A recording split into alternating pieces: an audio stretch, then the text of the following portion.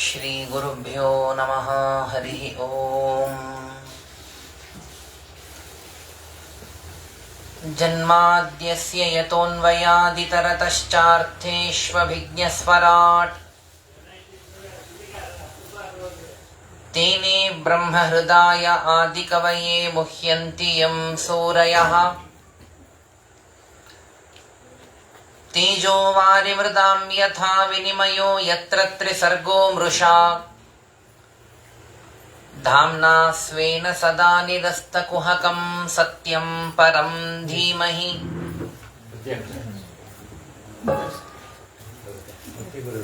ನಮೋಸ್ತು ತಾತ್ವಿಕಾ ದೇವಾಃ ವಿಷ್ಣುಭಕ್ತಿಪರಾಯಣಾಃ. ಧರ್ಮಮಾರ್ಗೇ ಪ್ರೇರಯಂತೋ ಭವಂತಃ ಸರ್ವ ಏವ ಹಿ. ನೌಮಿನ್ಯಾಯ ಸುಧಾದಿಕೃಜ್ಜಯ ಮುನೀನ್ ಶ್ರೀಪಾದರಾಟ್ಸನ್ಮಣೀನ್ ವ್ಯಾಸಾರ್ಯಾನ್ ವಿವಿಧಾಗಮಬ್ಧಿವಿಹರಾನ್ ಶ್ರೀವಾದಿರಾಜಾನಪಿ ವಂದೇಹಂ ಸವರಾನ್ ರಘೂತ್ತಮ ಗುರೂನ್ ವೈದಗ್ಧ್ಯವಾರಾಂ ನಿಧೀನ್ ಶ್ರೀ ಸತ್ಯವ್ರತ ರಾಘವೇಂದ್ರ ಮುನಿಪಾನ್ ಸದ್ಬೋಧ ಸಧ್ಯಾನಪಾನ್.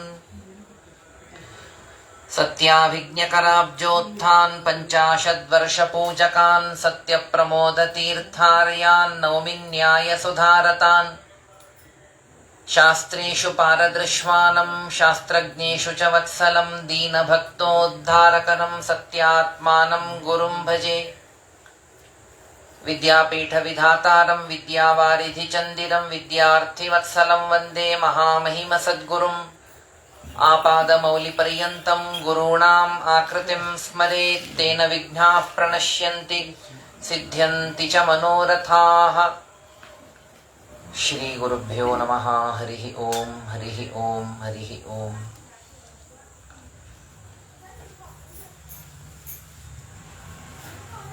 ಶ್ರೀಮದ್ ಭಾಗವತದ ದ್ವಾದಶ ಸ್ಕಂಧ.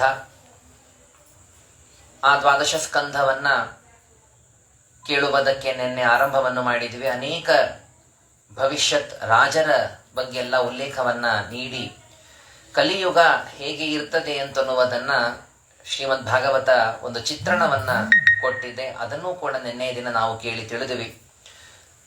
ಪರಮಾತ್ಮ ಆ ಕಲಿಯುಗದ ಕೊನೆಯ ಭಾಗದಲ್ಲಿ ವಿಷ್ಣು ಯಶಸ್ಸೆಂಬಂತಹ ಬ್ರಾಹ್ಮಣನ ಮಗನಾಗಿ ಶಂಬಲ ಗ್ರಾಮದಲ್ಲಿ ತಾನು ಪರಮಾತ್ಮ ಅವತಾರವನ್ನು ಮಾಡಿ ಮತ್ತೆ ಪುನಃ ಧರ್ಮದ ಸ್ಥಾಪನೆಯನ್ನ ಪರಮಾತ್ಮ ಮಾಡ್ತಾನೆ. ಕೃತಯುಗ ಆರಂಭವಾಗತ್ತೆ. ಕೃತಯುಗ ಆರಂಭವಾಗುವುದಕ್ಕೆ ಎರಡು ಸೂಚನೆಗಳನ್ನ ಭಾಗವತ ನೀಡುತ್ತೆ. ಒಂದು, ಯದಾ ಅವತೀರ್ಣೋ ಭಗವಾನ್ ಕಲ್ಕಿ ಧರ್ಮಪತಿರ್ ಹರಿಹಿ ಕೃತಂ ಭವಿಷ್ಯತಿ ತದಾ ಪ್ರಜಾ ಸೂತಿಶ್ಚ ಸಾತ್ವಿಕಿ.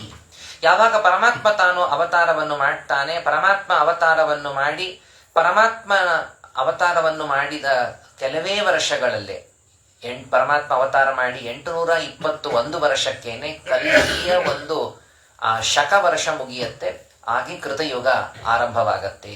ಇದು ಒಂದಾದ್ರೆ, ಇನ್ನೂ ಒಂದು ರೀತಿಯ ಕೃತ ಪ್ರಾರಂಭಕ್ಕೆ ಒಂದು ಲಕ್ಷಣವನ್ನು ಕೂಡ ಹೇಳ್ತಾರೆ. ಇನ್ನೂ ಒಂದು ಲಕ್ಷಣ, ಕೃತಯುಗ ಆರಂಭವಾಗೋದಕ್ಕೆ ಲಕ್ಷಣವನ್ನು ತಿಳಿಸ್ತಾ, ಯದಾ ಚಂದ್ರಶ್ಚ ಸೂರ್ಯಶ್ಚ ತಥಾ ತಿಶ್ಯೇ ಬೃಹಸ್ಪತಿ ಏಕರಾಶೋ ಸಮೇಷ್ಯಂತಿ ತದಾ ಭವತಿ ತತ್ಕೃತಂ. ಯಾವಾಗ ಚಂದ್ರ, ಸೂರ್ಯ ಹಾಗೂ ಗುರು ಈ ಮೂರೂ ಗ್ರಹಗಳು ಯಾವಾಗ ಪುಷ್ಯ ನಕ್ಷತ್ರದಲ್ಲಿ ಸೇರಿಕೊಳ್ಳುತ್ತಾರೆ, ಯಾವಾಗ ಈ ಮೂರೂ ಗ್ರಹಗಳು ಪುಷ್ಯ ನಕ್ಷತ್ರದಲ್ಲಿ ಯಾವಾಗ ಸೇರಿಕೊಳ್ಳುತ್ತಾರೋ ಆಗ ಮತ್ತೆ ಕೃತಯುಗ ಅಂತನ್ನುವುದು ಆಗ್ತದೆ. ಇದ್ರ ಮೇಲೆ ಸಹಜವಾದ ಒಂದು ಪ್ರಶ್ನೆ, ಇಲ್ಲ 12 ವರ್ಷಕ್ಕೆ ಒಂದ್ಸಲ ಹೀಗೆ ಆಗ್ತಾನೆ ಇರ್ತದೆ, ಅಷ್ಟು ದೂರ ಯಾಕೆ ಹೋಗಬೇಕು? ಹೀಗೆ ಪ್ರತಿ 12 ವರ್ಷಕ್ಕೆ ಚಂದ್ರ ಸೂರ್ಯರು ಸೇರೋದು ಅಮಾವಾಸ್ಯ, ಗುರು ಒಬ್ಬನು ಸೇರಬೇಕು. ಚಂದ್ರ ಸೂರ್ಯ ಇಬ್ಬರು ಪುಷ್ಯ ನಕ್ಷತ್ರದಲ್ಲಿ ಸೇರುವುದು ಇದು ಸಹಜವಾಗಿ ಆಗ್ತಾನೆ. ಪ್ರತಿ ಅಮಾವಾಸ್ಯ ಇಬ್ಬರು ಸೇರ್ತಾರೆ ಒಂದು ಕಡೆಗೆ. ಪುಷ್ಯ ನಕ್ಷತ್ರದಲ್ಲಿ ಸೇರುವುದು ಕೂಡ ಬಹಳ ಸಹಜ. ಸೂರ್ಯ ಯಾವಾಗ ಪುಷ್ಯ ನಕ್ಷತ್ರದಲ್ಲಿ ಬರ್ತಾನೆ, ಅರ್ಥಾತ್ ಪುಷ್ಯ ನಕ್ಷತ್ರದಲ್ಲಿ ಬಂದಂತಹ ಸಂದರ್ಭದಲ್ಲಿ ವರ್ಷಕ್ಕೆ ಒಮ್ಮೆ 12 ರಾಶಿಗಳಲ್ಲಿ ತಿಂಗಳಿಗೆ ಒಮ್ಮೆ ತಿರುಗುವವನು ಸೂರ್ಯ. ಒಮ್ಮೆ ಪ್ರತಿ ತಿಂಗಳಿಗೆ ಒಂದೊಂದು ರಾಶಿಯಲ್ಲಿ ತಿರುಗ್ತಿರ್ತಾನೆ. ಕರ್ಕ ರಾಶಿಯಲ್ಲಿ ಬಂದಾಗ ಸೂರ್ಯ ಪುಷ್ಯ ನಕ್ಷತ್ರದಲ್ಲಿ ಸೂರ್ಯ ಬರ್ತಾನೆ.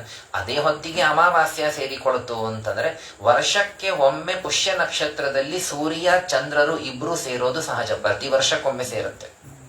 ಇನ್ನು ಗುರುನು ಸೇರಬೇಕು ಅಂದ್ರೆ 12 ವರ್ಷಕ್ಕೆ ಒಮ್ಮೆ. ಗುರು ಕರ್ಕ ರಾಶಿಯಲ್ಲಿ ಬಂದಾಗ, ಪುಷ್ಯ ನಕ್ಷತ್ರದಲ್ಲಿ ಗುರು ಇದ್ದಾಗ, ಆಗ ಸೂರ್ಯನೂ ಬಂದಾಗ ಚಂದ್ರನೂ ಸೇರೋದು ಸಹಜ ಅಮಾವಾಸ್ಯ ದಿನ. ಆದ್ಮೇಲೆ ಗುರು ಚಂದ್ರ ಸೂರ್ಯ 3 ಜನರು ಕೂಡ 12 ವರ್ಷಕ್ಕೆ ಒಮ್ಮೆ ಸೇರ್ತಾರೆ. ಈ 3 ಗ್ರಹಗಳು ಪುಷ್ಯ ನಕ್ಷತ್ರದಲ್ಲಿ ಸೇರಿದಾಗ ಕೃತಯೋಗ ಬರ್ತದೆ ಅಂತ ಅನ್ನೋದಾದರೆ ಇದು ಅತಿವ್ಯಾಪ್ತ ಲಕ್ಷಣವಲ್ವಾ? ಕೃತಯೋಗ ಆರಂಭವಿಲ್ಲದೆ ಇರುವಾಗ ಕಲಿಯುಗದಲ್ಲಿ, ಮಧ್ಯ ಕಲಿಯುಗದಲ್ಲಿ ಪ್ರತಿ 12 ವರ್ಷಕ್ಕಾಗ್ತಾ ಹೋಗುತ್ತಲ್ಲ, ಅಂದಮೇಲೆ ಈ ಅತಿವ್ಯಾಪ್ತಿಯನ್ನ ಪರಿಹಾರ ಮಾಡೋದು ಹೇಗೆ ಅನ್ನೋದು ಒಂದು ಬಹಳ ಒಳ್ಳೆಯ ಪ್ರಶ್ನೆ ಇದೆ. ಕೃತಯುಗ ಆರಂಭವಾಗುವುದಕ್ಕೆ ಲಕ್ಷಣ ಅಂತಂದ್ರೆ ಅನತಿವ್ಯಾಪ್ತವಾಗಿರ್ಬೇಕಲ್ವಾ? ಅದಕ್ಕೆ ಉದಾಹರಣವನ್ನ ಹೇಳ್ತಾ, ಯದಾ ಸಮೇಷ್ಯಂತಿ, ಈ ಏಷ್ಯಂತಿ ಬಹಳ ಚೆನ್ನಾಗಿದೆ. ಒಂದೇ ಕಾಲದಲ್ಲಿ ಪುಷ್ಯ ನಕ್ಷತ್ರದಲ್ಲಿ 3 ಗ್ರಹಗಳು ಸೇರಿಕೊಳ್ಳೋದು, ಅದು ಆಗೋದು ಕೃತಯುಗ ಆರಂಭವಾಗುವಾಗ ಮಾತ್ರ. ಏನಾಗತ್ತೆ, ಸಹಜವಾಗಿ ಗುರು ಬಂದ್ಬಿಟ್ಟಿರ್ತಾನೆ, ಸೂರ್ಯ ಆಮೇಲೆ ಪ್ರವೇಶ ಮಾಡ್ತಾನೆ. 3 ಒಂದೇ ರಾಶಿಯಲ್ಲಿ ಒಂದೇ ನಕ್ಷತ್ರದಲ್ಲಿ 3 ಗ್ರಹಗಳು ಬರಲಿಕ್ಕೆ ಸಾಧ್ಯತೆ 12 ವರ್ಷಕ್ಕೊಮ್ಮೆ.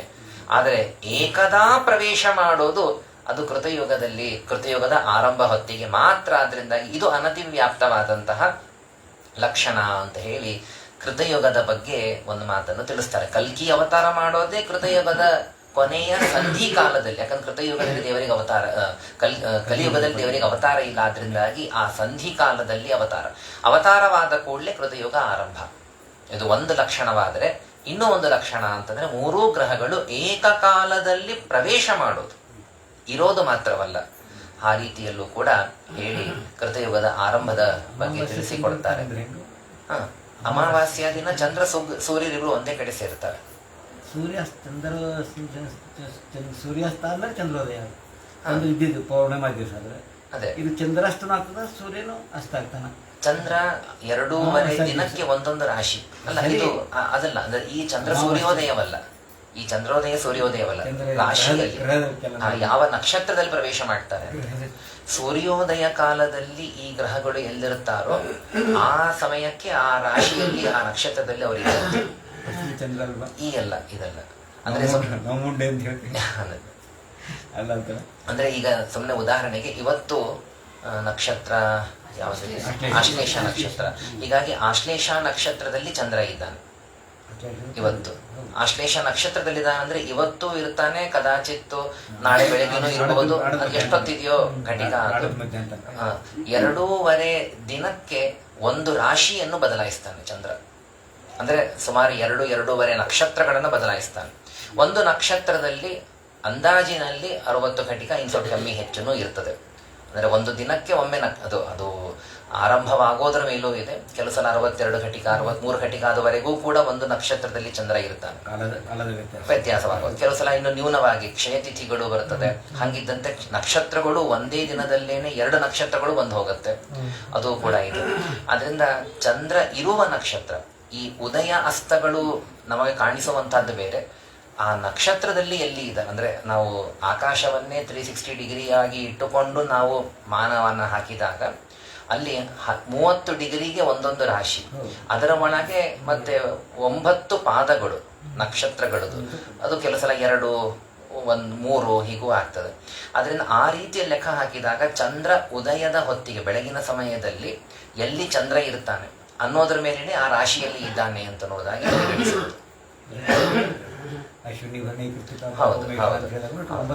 ಹಂಗೆ ತಿಂಗಳಿಗೆ 1 ಸಲ ಪುಷ್ಯ ನಕ್ಷತ್ರಕ್ಕೆ ಚಂದ್ರ ಬಂದು ಹೋಗ್ತಾನೆ. ವರ್ಷಕ್ಕೆ ಒಮ್ಮೆ ರವಿ ಬಂದು ಹೋಗ್ತಾನೆ. ಗುರು 12 ವರ್ಷಕ್ಕೊಮ್ಮೆ ಬಂದು ಹೋಗ್ತಾನೆ ಪುಷ್ಯ ನಕ್ಷತ್ರಕ್ಕೆ. ಹಾಗಾಗಿ ಯಾವಾಗ ಗುರು ಬಂದಿದ್ದಾನೆ ಪುಷ್ಯ ನಕ್ಷತ್ರದಲ್ಲಿ 12 ವರ್ಷಕ್ಕೆ ಒಂದ್ಸಲ, ವರ್ಷಕ್ಕೆ ಒಂದು ರಾಶಿ. ಕರ್ಕ ರಾಶಿಗೆ ಗುರು ಬಂದಾಗ ಇನ್ನೇನು ಹತ್ರದಲ್ಲೇ ಬರೋನಿದ್ದಾನೆ. ಈ ವರ್ಷದಲ್ಲೇನೆ ಪುಷ್ಯ ನಕ್ಷತ್ರಕ್ಕೆ ಗುರು ಬರ್ತಾನೆ.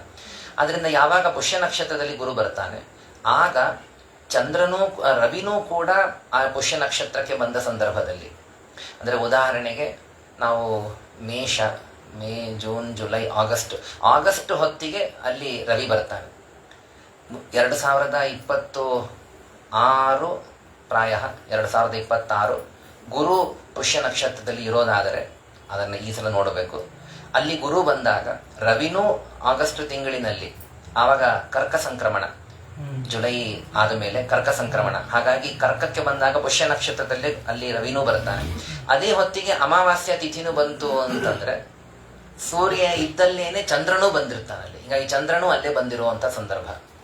ಪ್ರತಿ ಅಮಾವಾಸ್ಯ ಹೊತ್ತಿಗೆ ಸೂರ್ಯ ಚಂದ್ರರು ಏಕರಾಶಿ ಒಂದೇ ಕಡೆಗೆ ಬರ್ತಾರೆ. ಪೂರ್ಣಿಮಾ ಹೊತ್ತಿಗೆ ವಿರುದ್ಧ ರಾಶಿಯಲ್ಲಿ ಇರ್ತಾರೆ. ಹಾಗಾಗಿ ರವಿ ಯಾವ ರಾಶಿಯಲ್ಲಿ ಬರ್ತಾನೆ ಅಂದ್ರೆ ಕರ್ಕ ರಾಶಿ ಪುಷ್ಯ ನಕ್ಷತ್ರದಲ್ಲಿ, ಪ್ರಾಯ ಪುಷ್ಯನೋ ಒಂದು ಹಿಂದಿನ ಮುಂದಿನ ನಕ್ಷತ್ರದಲ್ಲಿ ಬಂದಾಗ ಅದೇ ಹೊತ್ತಿಗೆ ಚಂದ್ರನೂ ಅಲ್ಲಿ ಬರಲೇಬೇಕು. ಅಮಾವಾಸ್ಯ ಹೊತ್ತಿಗೆ, ಆ ಹೊತ್ತಿಗೆ ಅದು ಕೂಡಬೇಕು.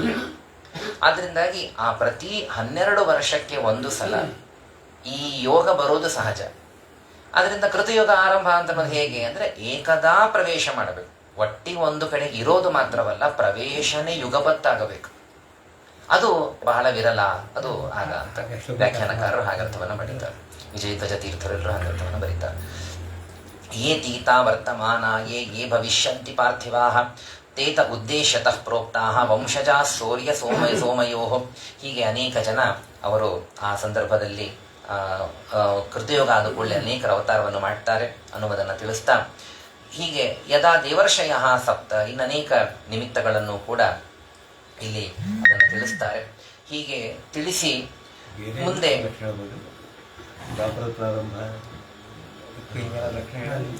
ಇರಬಹುದು, ಇಲ್ಲಿಲ್ಲ, ಪುರಾಣಾಂತರ ಎಲ್ಲರೂ ನೋಡ್ಬೇಕು. ಇಲ್ಲಿ 2 ಲಕ್ಷಣ ಹೇಳಾರೆ ಕೃತಯೋಗ.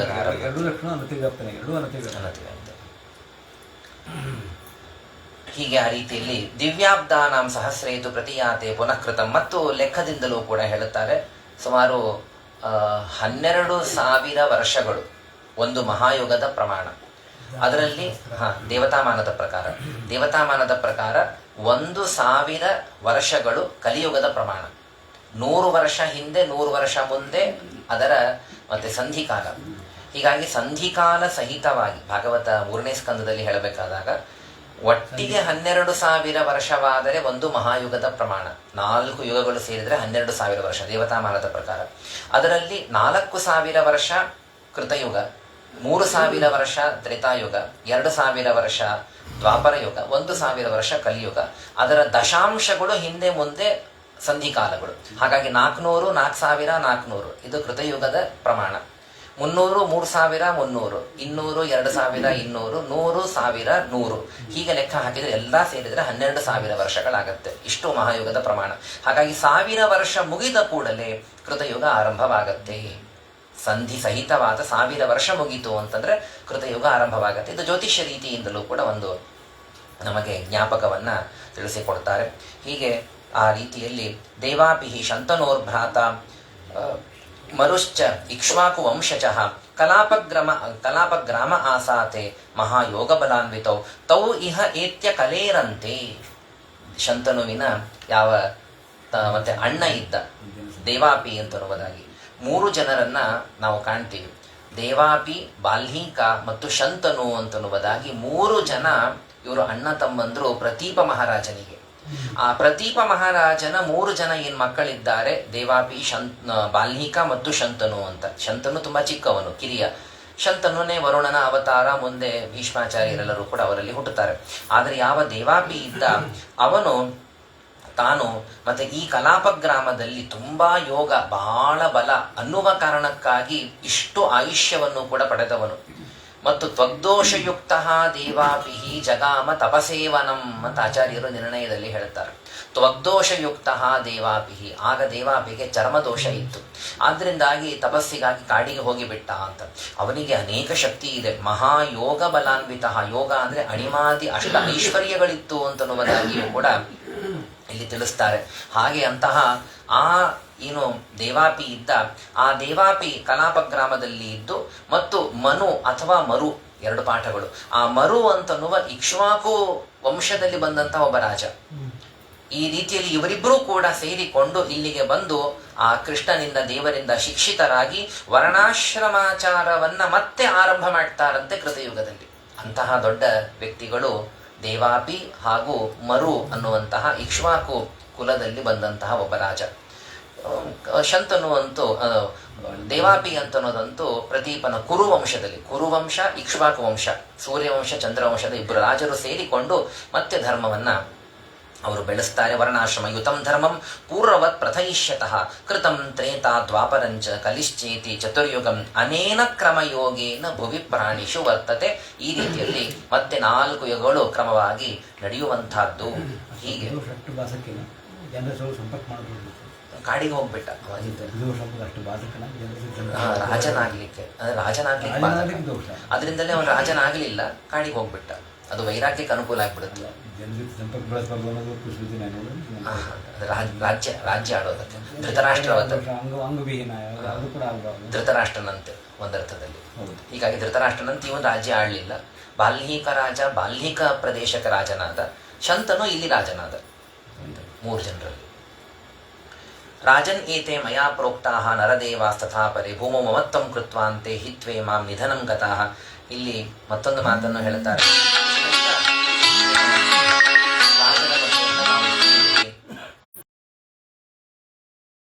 ಎಲ್ಲ ಆಳಿ ಕೊನೆಗೆ ಮಾತ್ರ ಎಲ್ಲಾ ಮಮತೆಯನ್ನ ತ್ಯಾಗ ಮಾಡಿಯೇ ಎಲ್ಲರೂ ಹೋಗಬೇಕಾದದ್ದು. ಅಂದ್ರೆ ಮಮತ್ವವಿದ್ರೂ ಕೂಡ ವಸ್ತುವನ್ನ ತ್ಯಾಗ ಮಾಡಿಯೇ ಹೋಗಬೇಕಾದದ್ದು. ಮಹಾಭಾರತದಲ್ಲಿ ಒಂದು ಕಡೆಗೆ ಒಂದು ಮಾತನ್ನು ಹೇಳ್ತಾರೆ, ತುಂಬಾ ಚೆನ್ನಾಗಿರುವಂತಹ ಮಾತು. ದೊಡ್ಡ ದೊಡ್ಡ ರಾಜರ ಉಲ್ಲೇಖವನ್ನು ಮಾಡ್ತಾರೆ. ಮರುತ್ತ ಮಹಾರಾಜ, ಆಮೇಲೆ ಅಂದ್ರೆ ಅಂಬರೀಷ, ದೊಡ್ಡ ದೊಡ್ಡ ನೃಗ ಇತ್ಯಾದಿ ಅನೇಕ ಜನರ ಬಗ್ಗೆ ಎಲ್ಲವನ್ನು ಉಲ್ಲೇಖವನ್ನು ಮಾಡಿ ಹೇಳ್ತಾರೆ. ಅವರೂ ಕೂಡ ತಾವು ಅವರೆಲ್ಲರೂ ಸಿದ್ಧಿಯನ್ನು ಪಡೆದಂಥವರು, ಎಂತೆಂಥ ಸಿದ್ಧಿಯನ್ನು ಪಡೆದವರು. ಮರುತ್ತ ಮಹಾರಾಜನ ಸಿದ್ಧಿ ಅಂತಹದ್ದು ಅಂದರೆ ಯಜ್ಞವನ್ನು ಮಾಡ್ತಾ ಇರಬೇಕಾದ್ರೆ ದೇವಾಹ ಸಭಾಸದಃ ವಿಶ್ವೇ ದೇವಾಹ ಸಭಾಸದಃ. ಮರುತ್ತ ಮಹಾರಾಜನ ನಾವು ಪ್ರತಿನಿತ್ಯ ಪೂಜಾ ಕಾಲದಲ್ಲೂ ಅದನ್ನು ಹೇಳುವಂತಹ ಮಂತ್ರ ಅದು. ವಿಶ್ವೇ ದೇವಾ ಸಭಾಸದ ಇತಿ ಮರುತ್ತಸ್ಯ ವಸನ್ಗೃಹೇ ವಿಶ್ವೇ ದೇವಾಹ ಕಾಮಪ್ರೇಹೆ ವಿಶ್ವೇ ದೇವಾ ಸಭಾಸದ ಇತಿ. ಹೀಗಾಗಿ ನಾವು ಮಂತ್ರಪುಷ್ಪ ಅದೆಲ್ಲ ಸಂದರ್ಭದಲ್ಲಿ ಮಂತ್ರವನ್ನ ಹೇಳ್ತೀವಿ. ಮರುತ್ತ ಮಹಾರಾಜನ ಯಜ್ಞ ಎಂಥದ್ದು ಅಂತಂದ್ರೆ ವಿಶ್ವೇ ದೇವತೆಗಳೆಲ್ಲರೂ ಕೂಡ ತಾವು ಇದ್ದು ಅಲ್ಲಿ ಸಭಾಸದರಾಗಿ ತಾವು ಕಾರ್ಯವನ್ನು ಮಾಡ್ತಾ ಇದ್ದರು. ಅನೇಕ ದೇವತೆಗಳು ತಾವು ಬಂದು ಮರುತ್ತ ಪರಿವೇಷ್ಟಾರ, ಮರುತ್ತರೆಲ್ಲರೂ ಕೂಡ 49 ಜನ ಮರುತರು ಬಡಿಸ್ಬೇಕಂತ. ಮರುತ್ತಸ್ಯ ಆವಸಂಗ್ರಹೇ ಮರುತಃ ಪರಿವೇಷ್ಟಾರ, ಮರುತರೆಲ್ಲರೂ ಕೂಡ ಬಡಿಸ್ತಿದ್ರಂತೆ ಅವರು. ಅಂದ್ರೆ ಅಂಥ ವೈಭವ, ಅಂಥ ಸಚಾಪಿ ನಿಧನಂಗತಃ ಅಂತ ಒಂದು ಮಾತನ್ನು ಹೇಳಿದ. ಅಂಥ ರಾಜರು ಕೂಡ ಯಾರು ಉಳಿಯಲಿಲ್ಲ, ಉಳಿಯುವುದು ಇಲ್ಲ. ತುಂಬಾ ಚೆನ್ನಾಗಿದೆ ಆ ಶ್ಲೋಕ. ಇಡೀ ಭೂಮಂಡಲ ಸಪ್ತ ದ್ವೀಪಗಳನ್ನ ಆಳುವಂಥವರು, ಆದ್ರೆ ಅಂಥವರು ಕೂಡ ಸಚಾಪಿ ಅಲ್ಲಿ ತುಂಬಾ ಚೆನ್ನಾಗಿದೆ ಆ ಮಾತು. ಮಹಾಭಾರತ ಅಂಥವರೂ ಕೂಡ ಹೋದ ಮೇಲೆ ನಿಂದೇನಪ್ಪ ಅಂತ ಯುಧಿಷ್ಠಿರನಿಗೆ ಹೇಳ್ತಾರೆ. ಹಾಗೆ ಆ ರೀತಿಯಲ್ಲಿ ಅನೇಕ ರಾಜರ ಬಗ್ಗೆಯನ್ನು ಕೂಡ ಯೇ ಭೂಪತಯೋ ರಾಜನ್ ಭುಂಜತೆ ಭುವಮೋಜಸ ಕಾಲೇನತೆ ಕೃತಾಸರ್ವೇ ಕಥಾ ಮಾತ್ರ ಕಥಾಸುವೈ. ಅವರೆಲ್ಲರೂ ಒಂದು ಕಥೆಯಲ್ಲಿ ಮಾತ್ರ ಉಲ್ಲೇಖವಾಗಿ ಉಳಿದು ಬಿಡುತ್ತಾರಷ್ಟೇ.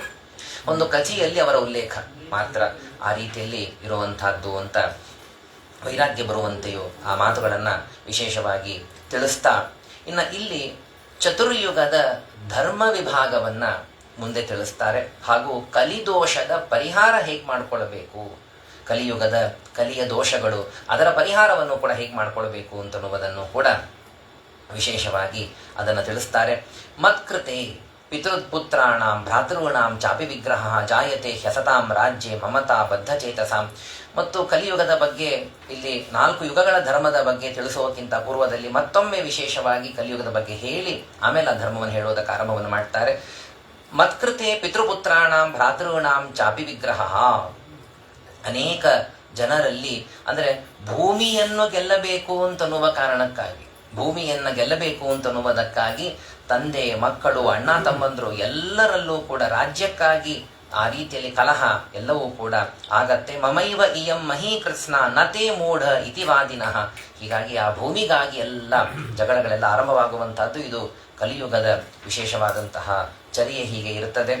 ಇಂತಹ ಕಲಿಯುಗದ ಒಂದು ಪ್ರಸಂಗ ಏನಿದೆ, ಕಲಿಯುಗದ ಧರ್ಮ ಅಥವಾ ಕಲಿಯುಗದಲ್ಲಿ ನಡೆಯುವಂತಹದ್ದು, ಅದನ್ನ ನಾವು ತಿಳ್ಕೊಳ್ಬಹುದು. ತಿಳ್ಕೊಂಡು ಒಂದೊಂದು ಯುಗದಲ್ಲಿ ಏನೇನು ಮಾಡಬೇಕು ಅನ್ನುವುದನ್ನು ತಿಳಿಸ್ತಾ ಕಲಿಯ ದೋಷದ ಪರಿಹಾರ ಹೇಗೆ ಮಾಡಿಕೊಳ್ಳೋದು ಅನ್ನುವುದನ್ನು ತಿಳಿಸ್ತಾರೆ.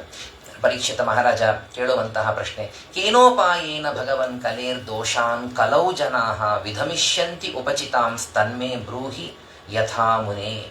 ಕಲಿಯುಗದ ದೋಷಗಳು ತುಂಬ ಇದೆ. ನಾವು ಅದೆಲ್ಲ ನಿನ್ನೆನೊಂದು ಸ್ವಲ್ಪ ಕೇಳಿದ್ವಿ, ಇವತ್ತು ಒಂದು ಸ್ವಲ್ಪ ಮಾತನ್ನು ಕೇಳಿದ್ವಿ. ಕಲಿಯುಗದ ದೋಷ ಎಂಥದ್ದು ಅಂತಂದರೆ ಎಲ್ಲ ದೋಷಗಳು ಕಲಿಯುಗದಲ್ಲಿ ಬಂದು ಸೇರಿಕೊಂಡಿರುತ್ತದೆ, ಎಲ್ಲ ತರಹದ ದೋಷಗಳು.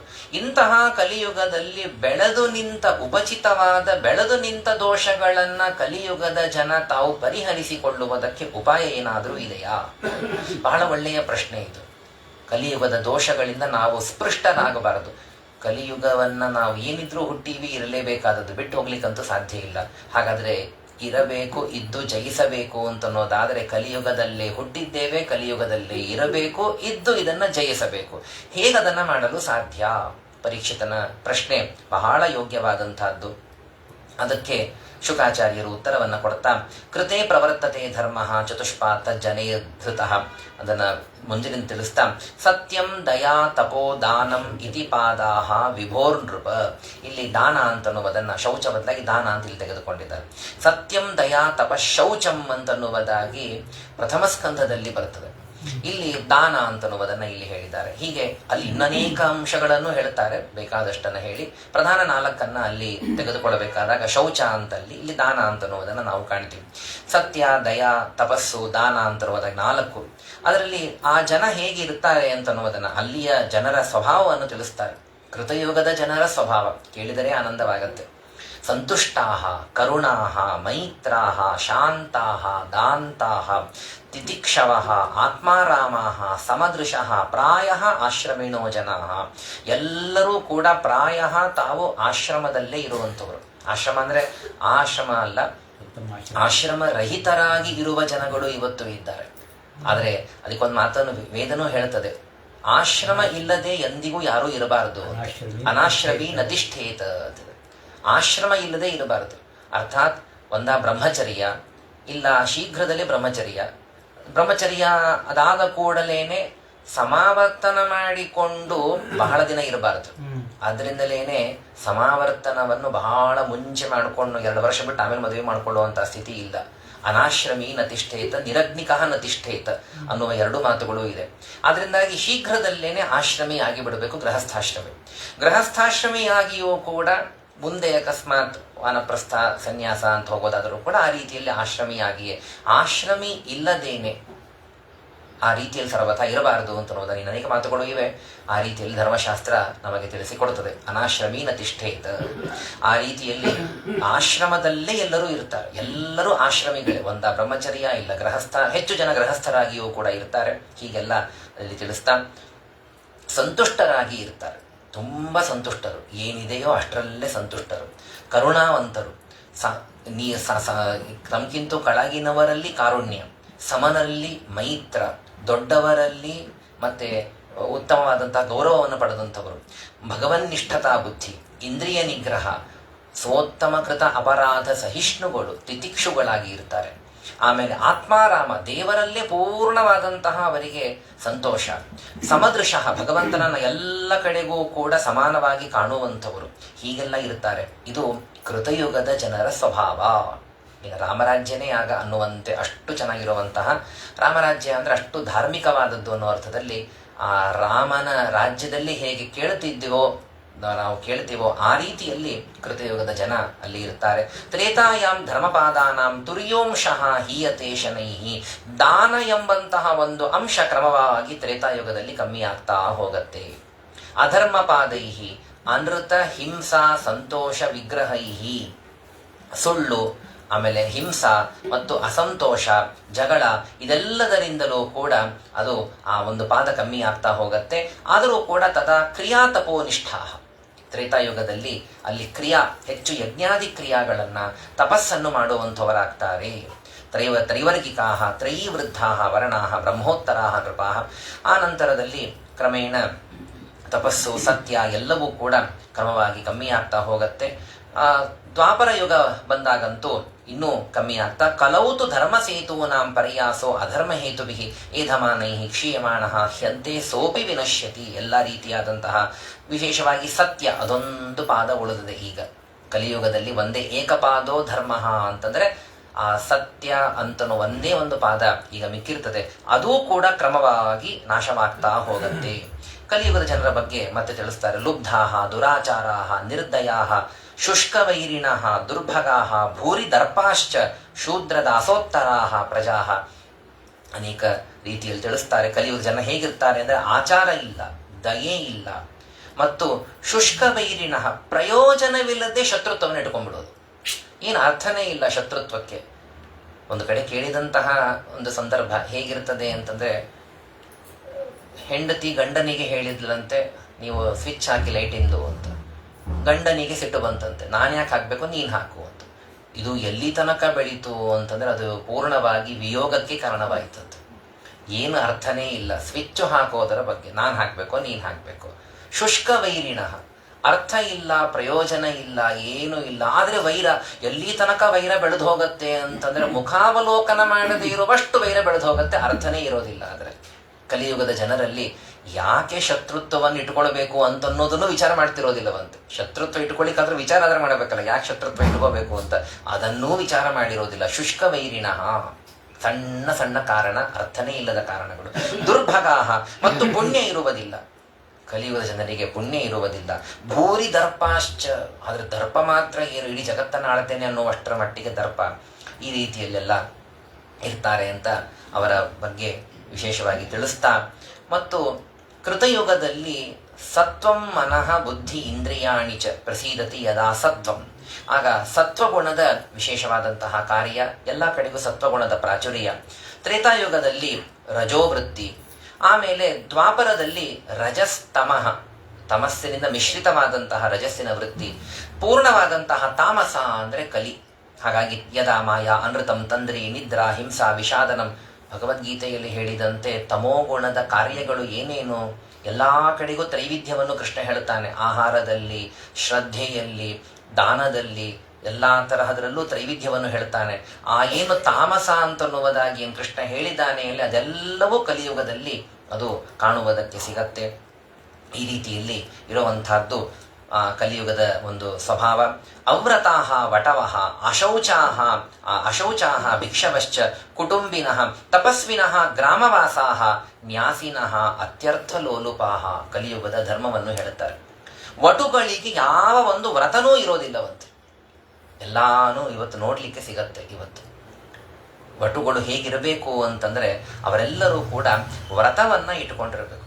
ಪರಿಚರಾಗ್ನಿ ಗುರು ಚರಿತಂ ವ್ರತಃ, ಗುರುಗಳ ಸೇವಾ, ಅಗ್ನಿಯ ಸೇವಾ, ಆಮೇಲೆ ಆ ಸಮಿತ್ತನ್ನು ತೆಗೆದುಕೊಂಡು ಬರುವುದು, ಸಮಿದಾಹರಣವನ್ನು ಮಾಡಬೇಕು, ಭೈಕ್ಷಾಚರ್ಯವನ್ನು ಮಾಡಬೇಕು. ಇವೆಲ್ಲ ವಟುಗಳ ಒಂದು ವ್ರತ. ಆದರೆ ಇವತ್ತು ಪ್ರಾಯ, ಯಾರನ್ನು ನಿಂದ ಮಾಡೋದು ತಾತ್ಪರ್ಯ ಇಲ್ಲ, ಆದರೆ ಇವತ್ತು ಪ್ರಾಯ ವಟುಗಳು ಅಂತಂದ್ರೆ ಇವತ್ತು ಯಾವ ವ್ರತವೂ ಇಲ್ಲ.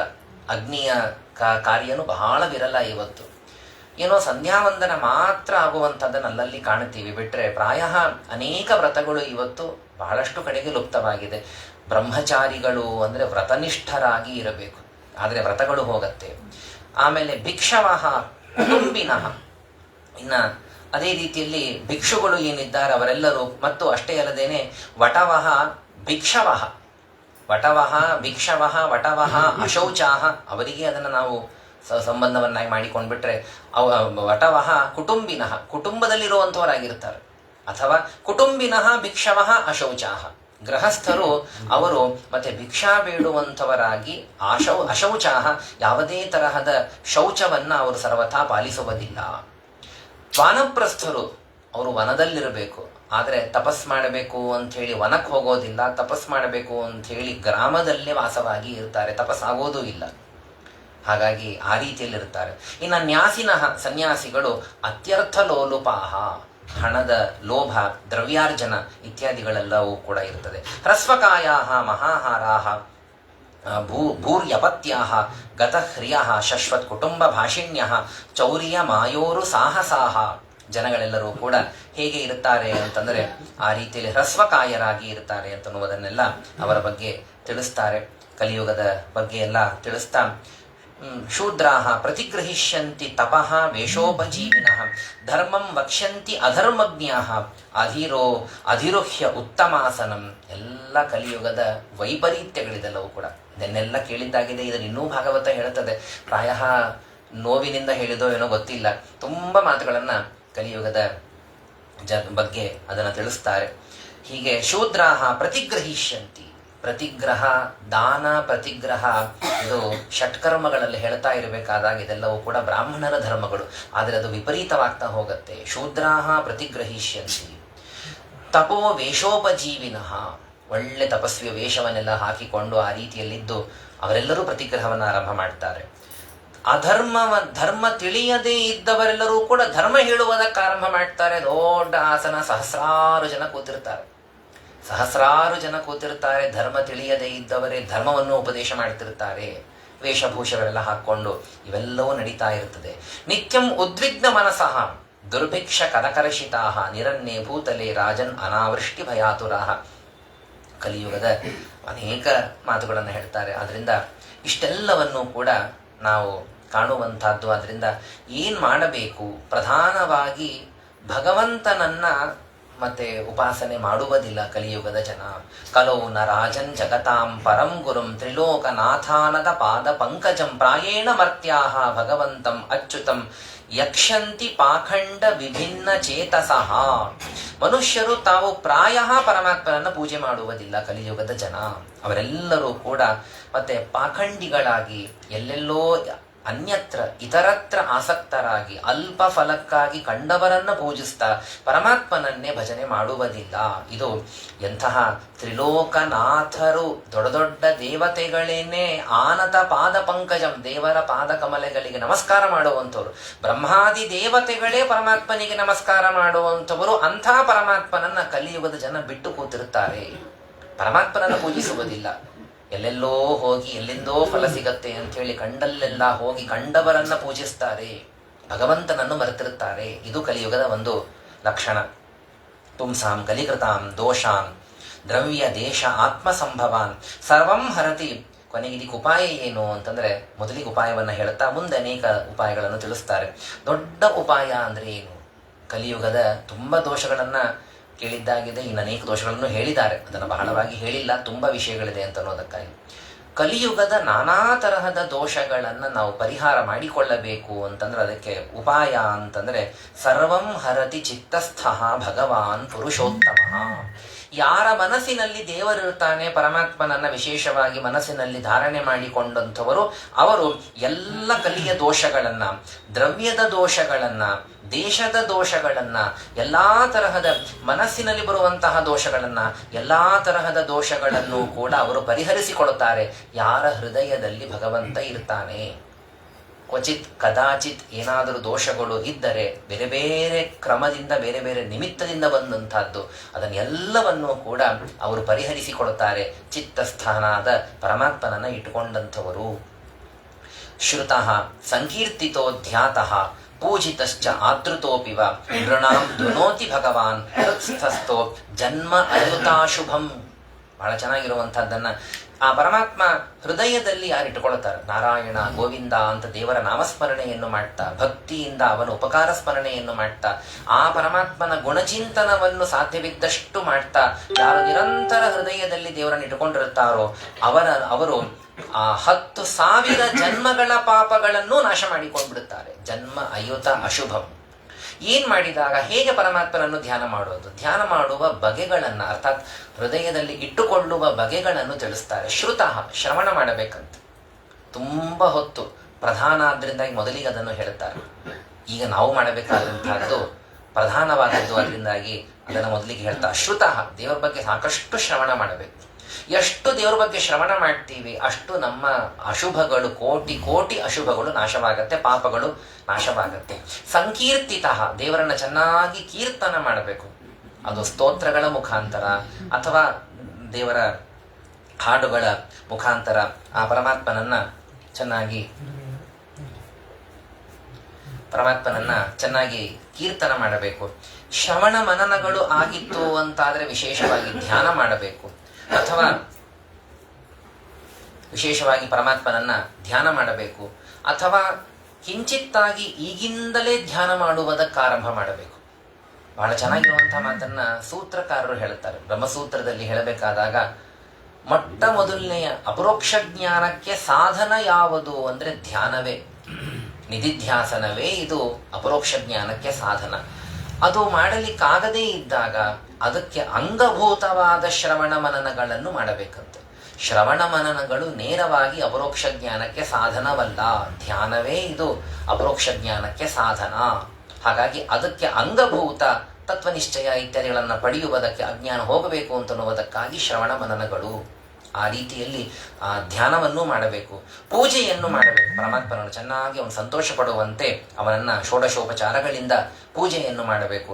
ವಿಶೇಷವಾಗಿ ಅವನಲ್ಲಿ ಆದೃತಃ ಒಳ್ಳೆ ಗೌರವ, ಆ ಪರಮಾತ್ಮನ ಎತ್ತರದ ಆಸನದಲ್ಲಿ ಎಷ್ಟೆಷ್ಟು ವೈಭವಗಳು ಅಷ್ಟಷ್ಟು ಅವನಿಗೆ ಗೌರವವನ್ನು ಕೊಟ್ಟು ಅವನಲ್ಲಿ ಭಕ್ತಿಯನ್ನು ಮಾಡ್ತಾ ಯಾರು ಇರ್ತಾರೋ ಆ ಪರಮಾತ್ಮನಲ್ಲಿ ಹೀಗೆ ಅಂಥವರು ಈ ರೀತಿಯಲ್ಲಿ ದೇವರನ್ನ ಮನಸ್ಸನ್ನು ಕೂಡಿಸ್ಕೋಬೇಕಂತೆ. ಒಂದಾದ ಮೇಲೆ ಒಂದು, ಬೆಳಗ್ಗೆದ್ದಾಗಿನಿಂದ ಒಂದೇನೋ ಪಾರಾಯಣ ಅಂತ ಇಟ್ಟುಕೊಂಡು, ಆಮೇಲೆ ಮತ್ತೆ ಸ್ನಾನ ಕಾಲದಲ್ಲಿ ಪರಮಾತ್ಮನ ಚಿಂತನೆ, ಸಂಧ್ಯಾದಿ ಕಾಲಗಳಲ್ಲಿ ಪೂಜೆ, ಆ ಸಂದರ್ಭದಲ್ಲೂ ಭಗವಂತನ ಚಿಂತನೆ, ಶ್ರವಣ ಮಾಡಬೇಕಾದಾಗ ದೇವರ ಮನಸ್ಸಿನಲ್ಲಿ ಬಂದಿರಬೇಕು. ಆನಂತರದಲ್ಲಿ ಸ್ವಲ್ಪ ಹೊತ್ತಾದ್ಮೇಲೆ ಕೀರ್ತನ ಮಾಡೋದು, ಇನ್ನೊಬ್ಬರಿಗೆ ಹೇಳೋದು ಅಥವಾ ಕೀರ್ತನ ಮಾಡೋದು, ಆಮೇಲೆ ಧ್ಯಾನ ಮಾಡುವುದು. ಒಂದಾದ ಮೇಲೆ ಒಂದು ನಮ್ಮ ಆನ್ಮೀಕ, ನಮ್ಮ ದಿನಚರಿಯಲ್ಲಿ ನಾವು ದೇವರನ್ನ ಮನಸ್ಸಿನಿಂದ ಹೋಗುವುದಕ್ಕೆ ಬಿಡಬಾರದಂತೆ. ಕೆಲವರನ್ನ ಹೀಗೆ ಹಿಡ್ಕೊಂಡು ಕೂತಿರ್ತಾರೆ. ಮನೆಗೆ ಯಾರೋ ಅತಿಥಿಗಳು ಬಂದರು, ಅವರನ್ನ ಕೂಡಿಸ್ಕೊಳ್ಳೋದು. ಇಲ್ಲ, ಸಮಯ ಆಯಿತು, ಹೊರಡ್ತೀನಿ, ಒಂದೆರಡೇ ನಿಮಿಷ ಇಲ್ಲೇ ಕೂತ್ಕೊಳ್ರಿ, ಒಂದೆರಡೇ ನಿಮಿಷ ನಿಮ್ಮ ಮುಂದೆ ಒಂದು ವಿಷಯವನ್ನು ಹೇಳ್ತೀನಿ ಅಂತ. ಅವರೊಂದಿನ್ನು 10 ನಿಮಿಷ ವಿಷಯ ಎಲ್ಲ ಹೇಳಿದ್ದಾಯ್ತು, ಆಯ್ತು ನಾನು ಹೊರಡ್ತೀನಿ, ಇನ್ನೂ ಒಂದು 15 ನಿಮಿಷ ಈಗೊಂದಿಷ್ಟು ಉಪಹಾರ ತಗೊಂಡು ಹೋಗಿ ಅಂತ. ಅವರೊಂದು ಸ್ವಲ್ಪ ಉಪಹಾರ ತಗೊಂಡು ಹೋಗಷ್ಟೊತ್ತಿಗೆ ಇನ್ನೊಂದು ಅರ್ಧ ಮುಕ್ಕಾಲು ಗಂಟೆ ಆಯ್ತು, ಭಾಳ ಸಮಯ ಆಯ್ತು, ನಾನು ಹೊರಡ್ತೀನಿ, ಇನ್ನೊಂದು ಸ್ವಲ್ಪ ಹೊತ್ತು ನನ್ನ ಮಗ ಬರ್ತಾನೆ, ಒಂದು ಸ್ವಲ್ಪ ಅನುವಾದ ಮಾಡ್ತಾನೆ ಅಂತ. ಏನದು ಹಿಡ್ಕೊಂಡು ಕೂತು ಬಿಟ್ಟಿರ್ತಾರೆ. ದೇವರನ್ನು ಮನಸ್ಥಳ ಹಾಕಿ ಹಿಡ್ಕೊಂಡು ಕೊಡಬೇಕಂತೆ. ದೇವರನ್ನ ನಮ್ಮ ಮನೆ ಬಿಟ್ಟು ದೇವರೇ ಹೋಗಿರಬಾರ್ದು. ಸ್ವಾಮಿ ಸಂಧ್ಯಾವಂದನ ಮಾಡ್ತೀನಿ, ಒಂದು ಸ್ವಲ್ಪ ಹೊತ್ತು ಸಂಧ್ಯಾವಂದನ ಮುಗಿಯೋ ತನಕ ಇರು ಅಂತ. ಸಂಧ್ಯಾವಂದನ ಮುಗಿತಾ ಹೋಗುತ್ತೆ. ಅಷ್ಟೊತ್ತಿಗೆ ಇನ್ನು ದೇವರು ಹೊರಡ್ಲಿಕ್ಕೆ ಹೋದ ಅಂದರೆ ಸ್ವಾಮಿ ಸಂಧ್ಯಾವಂದನ ಆಯ್ತಲ್ಲ, ಇನ್ನು ದೇವ್ರ ಪೂಜೆ ಮಾಡ್ತೀನಿ ಅಂತ. ಆಯ್ತು, ಕೊಡ್ತೀನಿ ಅಂತ ಕೊಡ್ತಾನೆ ಮನಸ್ಸಲ್ಲಿ ಅವನೇ. ಅಂದರೆ ನಿರಂತರ ಅವನ ಚಿಂತನವನ್ನ ಒಂದಿಲ್ಲ ಒಂದು ರೀತಿಯಲ್ಲಿ ಮಾಡ್ತಾ ಮಾಡ್ತಾ ಮಾಡ್ತಾ 24 ಗಂಟೆಯಲ್ಲಿ ಜಾಗರಾವಸ್ಥೆ ಇರುವ ತನಕ ಅವನನ್ನು ಕಳಿಸ್ಬಾರದು. ಇನ್ನು ಸ್ವಪ್ನ ಸುಷುಪ್ತಿಗಳಲ್ಲಿ ಅವನೇ ನಮ್ಮನ್ನು ಹಿಡ್ಕೊಂಡಿರ್ತಾನೆ, ಹಾಗಾಗಿ ಅವನು ನಮ್ಮನ್ನು ಬಿಡೋದಿಲ್ಲ. ಹಾಗಾಗಿ ಜಾಗರ, ಸ್ವಪ್ನ, ಸುಷುಪ್ತಿ ತ್ರಿಕಾಲಗಳಲ್ಲಿ ಇಡೀ ದಿನ ದೇವರನ್ನು ಹಿಡ್ಕೊಂಡು ಕೂತೀವಿ ಅಂತಂದ್ರೆ ಕಲಿಗೆ ಅವಕಾಶನೇ ಬರೋದಿಲ್ಲವಂತೆ. ನಮ್ಮ ಮನಸ್ಸಿನಲ್ಲಿ ಪ್ರವೇಶ ಮಾಡಿ ದೇವರೇ ಕೂತು ಬಿಟ್ಟಿದ್ದಾನೆ, ನಾನು ಯಾವಾಗ ಬರಲಿ ಅಂತ ಕಲಿ ದೂರ ಉಳಿದು ಬಿಡ್ತಾನಂತೆ. ಕಲಿಯ ದೋಷದ ಪರಿಹಾರಕ್ಕಾಗಿ ನಿರಂತರ ದೇವರನ್ನ ಇಟ್ಟುಕೊಳ್ಳುವುದು ಇದೇ ಉಪಾಯ. ಆ ರೀತಿಯಲ್ಲಿ ಯಥಾ ಹೇಮ್ನಿ ಸ್ಥಿತೋ ವನ್ನಿ ದುರ್ವರ್ಣಂ ಹಂತಿ ಧಾತುಜಂ ಏವಂ ಆತ್ಮಗತೋ ವಿಷ್ಣು ಯೋಗಿನಾಂ ಅಶುಭಾಶಯಂ.